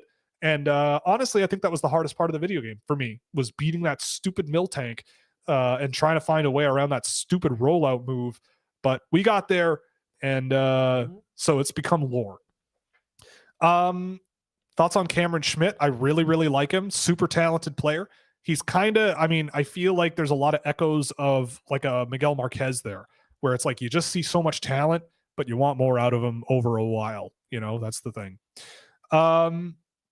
Did you want actual question? You want us to just go through this? Like, let's do that, and then we'll because now you're probably pretty set, right? I'm trying. It's been a bit of a challenge, actually. He's struggling. Yeah, I'm good at coming up with stuff beforehand, but as soon as you get me improvising, I have a problem. If I wish there was a way where I could just share my screen, but I don't think I can. You can actually. Just do it through video and just join through the actual thing we're using. Just join on another browser and then share your screen. Oop, not that. Here, you want to try that? Yeah, let's do this. There, that should work. How's that? You're just very small in the window, so let me. I'll try and make you bigger. I'm very tiny. Oh, I am very tiny. Look at me. Tiny, yeah. I'm so teeny tiny. All right. Well, maybe if I make this bigger, it'll make me bigger. I don't know. Whatever. We're figuring this out on the fly, folks. I appreciate the patience, but let's make the text a little bigger here. All right. Let's do that. That makes more sense. That works. Felix, I am a jazz man. It's just I'm good at improv singing, not improv tech. Yeah, it's true. Yeah. Okay, so let's start from the top. We got Scott F with the first pick overall, taking Macklin Celebrini, Cole Baudouin, and Thomas Galvis. Wit Sauce, we have actually, before I do anything here, I am going to do this so that nobody screws this up. Okie dokie. We have Whitsauce taking Artyom Levshinov, Dean Letourneau, and Justin Poirier going off the board. We've got Whitney's Miltank with Ivan Demidov, Luca Morelli, and Evan Gardner. Love that. Eloy taking Caden Lindstrom, Harrison Brunicky, and Carter George. Not so bad. Hilly taking Zeev Bouillon. We've got Lucas Pedersen and Jacob Battaglia. Also not bad. We got Fitz23 taking Anton Salayev, Cole Hudson, and Javon Moore. Interesting pick there in the third round. Interesting. David Saad taking Berkeley Catton, John Mustard, and Adam Kleber. Also a very interesting group of players. I certainly would be happy with that if I'm an NHL team. Yzerman takes Yzerman. Took his boy, Cole Yzerman, off the board. What else do we have here? Tanner Howe at 40. And then Alexander Zetterberg at 72. Atco took Zane Parekh at 9, Charlie Ellick at 41, and maybe Gabe Eliasson at 73, maybe Atos Koivu, depending on what happened there. Ask? I don't know. Yeah, we ask, but it's Gabriel Eliasson for now. Mr. Lebowski, love that one. We took Constantine Helenius at 10, EJ Emery at 42, and Terrence Smith at 74. We've got Armchair Zito taking Carter Yakimchuk, Aaron Kiviharyu, and Julius Mietinen. Tisha Ginla, Ryder Ritchie, and AJ Spellacy going to Zach Travis. Rayan patching in from Alberta, Canada, with Michael Brunswick Newgard, Herman Truff, and Oli Josephson all off the board. Louis Boulet then going with Beckett Seneca, Jesse Pulkkinen, and Ryerson Leanders off the board. Pokey, I know who you are, my friend. Nice to see you here. Sam Dickinson at 15, Emil Hemming at 47, and Big Spencer Gill at 79, giving me some food for thought before I finalize everything, I suppose. Alexander Montreal, MTL, whatever it is. Liam Greentree at 16, Matthieu Gridden, 48, Maxime Basset at 80. Felix, all the way from Norway, taking Alphonse Frey, Yegor Surin, and Daniil Ustinkov. I was really hoping people would keep forgetting that Daniil Ustinkov exists, but that's okay. Then Cam taking Nikita Artamonov, Leo Celine Valenius, and Eriks Matejko off the board. Salty Wings and Avs fan taking Trevor Connolly, Miguel Marquez, and Brody Zemer off the board. Kyle D, Igor Chernyshov, Henry Muse, and Artyom Shuchnov. Oh my God. All off the board as well. Atmospheric River with, I love it, Marek Vanacker at 21, Blake Montgomery at 53, and Mikhail Yegorov at 85. Very, I just, the cojones, I always love it. David Phillips then took 3 interesting defensemen, and Adam Jiricek, Noel Franzen, and Matvey Shuravin. Love it. Interesting series of picks there. Timu then went out and took Dominic Badinka, Emil Vinny, and my boy for the late rounds of the draft, Ludwig Johnson. Jeremy Plourde then took Teddy Stiga at 24, Clark Caswell at 56, and Leon Mugli at 88, which, nice. I like that. Wam took Michael Hage, Sam O'Reilly, and Alexis Michaud, and then asked a little bit about him then from there. Caden, talk about drafting a brand. We've got Stian Solberg, Ben Danford, and Will Scahan all off the board for them. I wouldn't want to play against that team for sure. Moose 85 then takes Jet Luchenko, Marcus Gidloff, and Ilya Protas. Not so bad as well. Then I went at 28. I took Andrew Basha, Tobias Heenanen, and Kieran Walton. I'm feeling pretty good about that, to be perfectly honest. J-Mulk then went with Sacha Boisvert, Thomas Mercic, and Timur Cole. Blue then went ahead with Luke Misa, Camille Bednarik, and Lucas Fisher. Adam D then took Linus Eriksson, Luke Osborne, and Colin Ralph. John McCurdle took Tarek Parasak, Ilya Nabokov, and then Josh Van Mulligan to close it all out. I mean, I think a lot of people did really well. I mean, I don't know if there's anyone who like super stands out. I like David Phillips's draft. Those 3 defensemen in that range look really good. I love the Julius Mietinen at 75 pick. I like Julius Mietinen quite a bit. I think that that's a solid floor pick to take there. What else do we have? Yeah, I mean, Celebrini, Baudouin, Galvis. I like that too. You got something, a little bit of everything there. Frey, Surin, and Ustinkov. I mean, yeah, Felix, you know me quite well, and you're welcome. Yes, we all are cribs. We all take everything off of you. It's all I'm just taking full credit for everything because screw it. Yeah. Because my therapist told me it was okay to do so. Wow. No, Admitting I'm on kidding. stream you have a therapist. Yeah, I don't give a shit. Who doesn't have a therapist these days? It's 2024. I don't. Jeremy, I like Jeremy's draft, obviously. Teddy Stiga, Clark Caswell, Leon Mugli. What else do we have here? Yeah, I mean, You they're go all over pretty solid. Rand's. Yeah, I mean, Bronseg, Newgard, Truff, and Josephson, pretty good. Not so bad. Because I know Did Felix was saying that yeah, he called Rand a genius for taking all the players that he wanted. So I mean, I feel like Rayan over the years has selected a lot of fast, skilled players, and so now you get to insulate them a little bit with a bunch of jerks. And yeah, I'm cool with that. Um, but yeah, I mean, I don't know. That's pretty good. It was fun. It was a fun time. Um, I don't see any questions. I mean, someone asked about Lucas Van Vliet, and I like him, but I haven't liked him enough to like rank him. I think he's fine. He'll get drafted. I think he could be a good college player, and from there, who knows? Um, oh yes, I can. Yes, I can. Let's stop screen sharing because you've seen enough. I will also take a picture. I'll format this better, and then I'll take a picture of it and post it on Twitter. So if you want to save it, check it out there. I'll also post it on YouTube in the community tab. So if you want a memento of this season's draft, that's where you can find it. Before we go, since this is the last solo show, let's just do a quick. I appreciate that you don't think of me as a person to call it a solo stream. Well, you know what I mean. I know son. what you mean. I'm just being, You know what I mean. I'm just being a donkey, all right? Just being a donkey. Yeah, we're just being a donkey. Yeah, so I mean, I guess we can look forward to next year a little bit, and then we'll take off because I need to give myself a rest. But I mean, everybody's focused on James Haggins. That's the guy right now that I have penciled in at 1. Porter Martone as well. I've been on the Porter Martone is best bandwagon for a long time. Anton Frondell as well. I've loved him with Djurgården. Victor Eklund is another one I'm on. It's high on my list right now. Ivan Ryabkin in Dynamo Moscow. Logan Hensler, I think, has been excellent as well. But some of the lower, like more interesting ones down the list that I've liked Cooper Simpson with the Tri-City Storm. Gavin Cornforth with Dubuque, I think, has also been really, really good.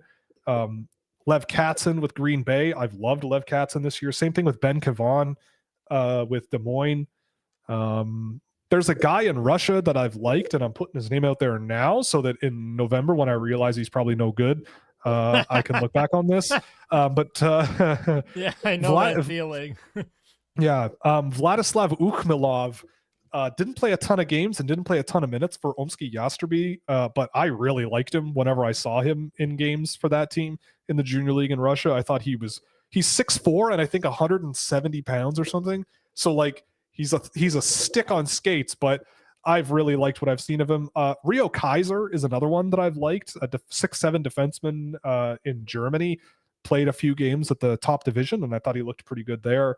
Who else is on this list? Jack Murtaugh is the guy that I've absolutely loved on the junior team for the States, as well as Will Moore.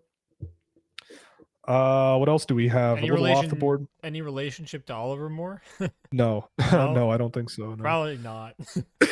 No. What else is on here? A little more off the board. Mikkel Eriksson, really like him for Norway. I don't know if he's staying in Norway next season. I'm not sure. Zeb Lindgren, there's a name. Zeb Lindgren's been interesting to get the games I've seen him in Sweden. Who else? Well, that's a lot, to be honest. Yeah, that's a lot. And Kurban Limitov is a guy that might be a guy who gets elevated in his job next season. So just something to chew on over the course of the off season, something to check out. There's a lot. I think next year is going to be really exciting. I'm very, very interested in the group next year. I think it's going to be a lot of fun. Felix says he's going to play for Vålerenga, and I think that's fair. So yeah. Yeah, appreciate all the love, especially Felix giving me my flowers as I deserve. Thank you very much. But we really appreciate all the love and support that you guys have been showing. Totally. And it's been a great year. We do these streams because you guys are great. So keep supporting us, keep showing up. And we've got some fun things in store. Next year is going to be a bit different, actually. And we're excited. We're excited for that. So yeah, come along for the ride. We love having you here. We really appreciate you guys, and much love. So very much agreed. Thank you so much for joining us. This was a ton of fun, and we'll see you on Monday at 6 p.m. and we'll do our final ranking show, and then I'm off to Vegas for the draft. So we'll see you then.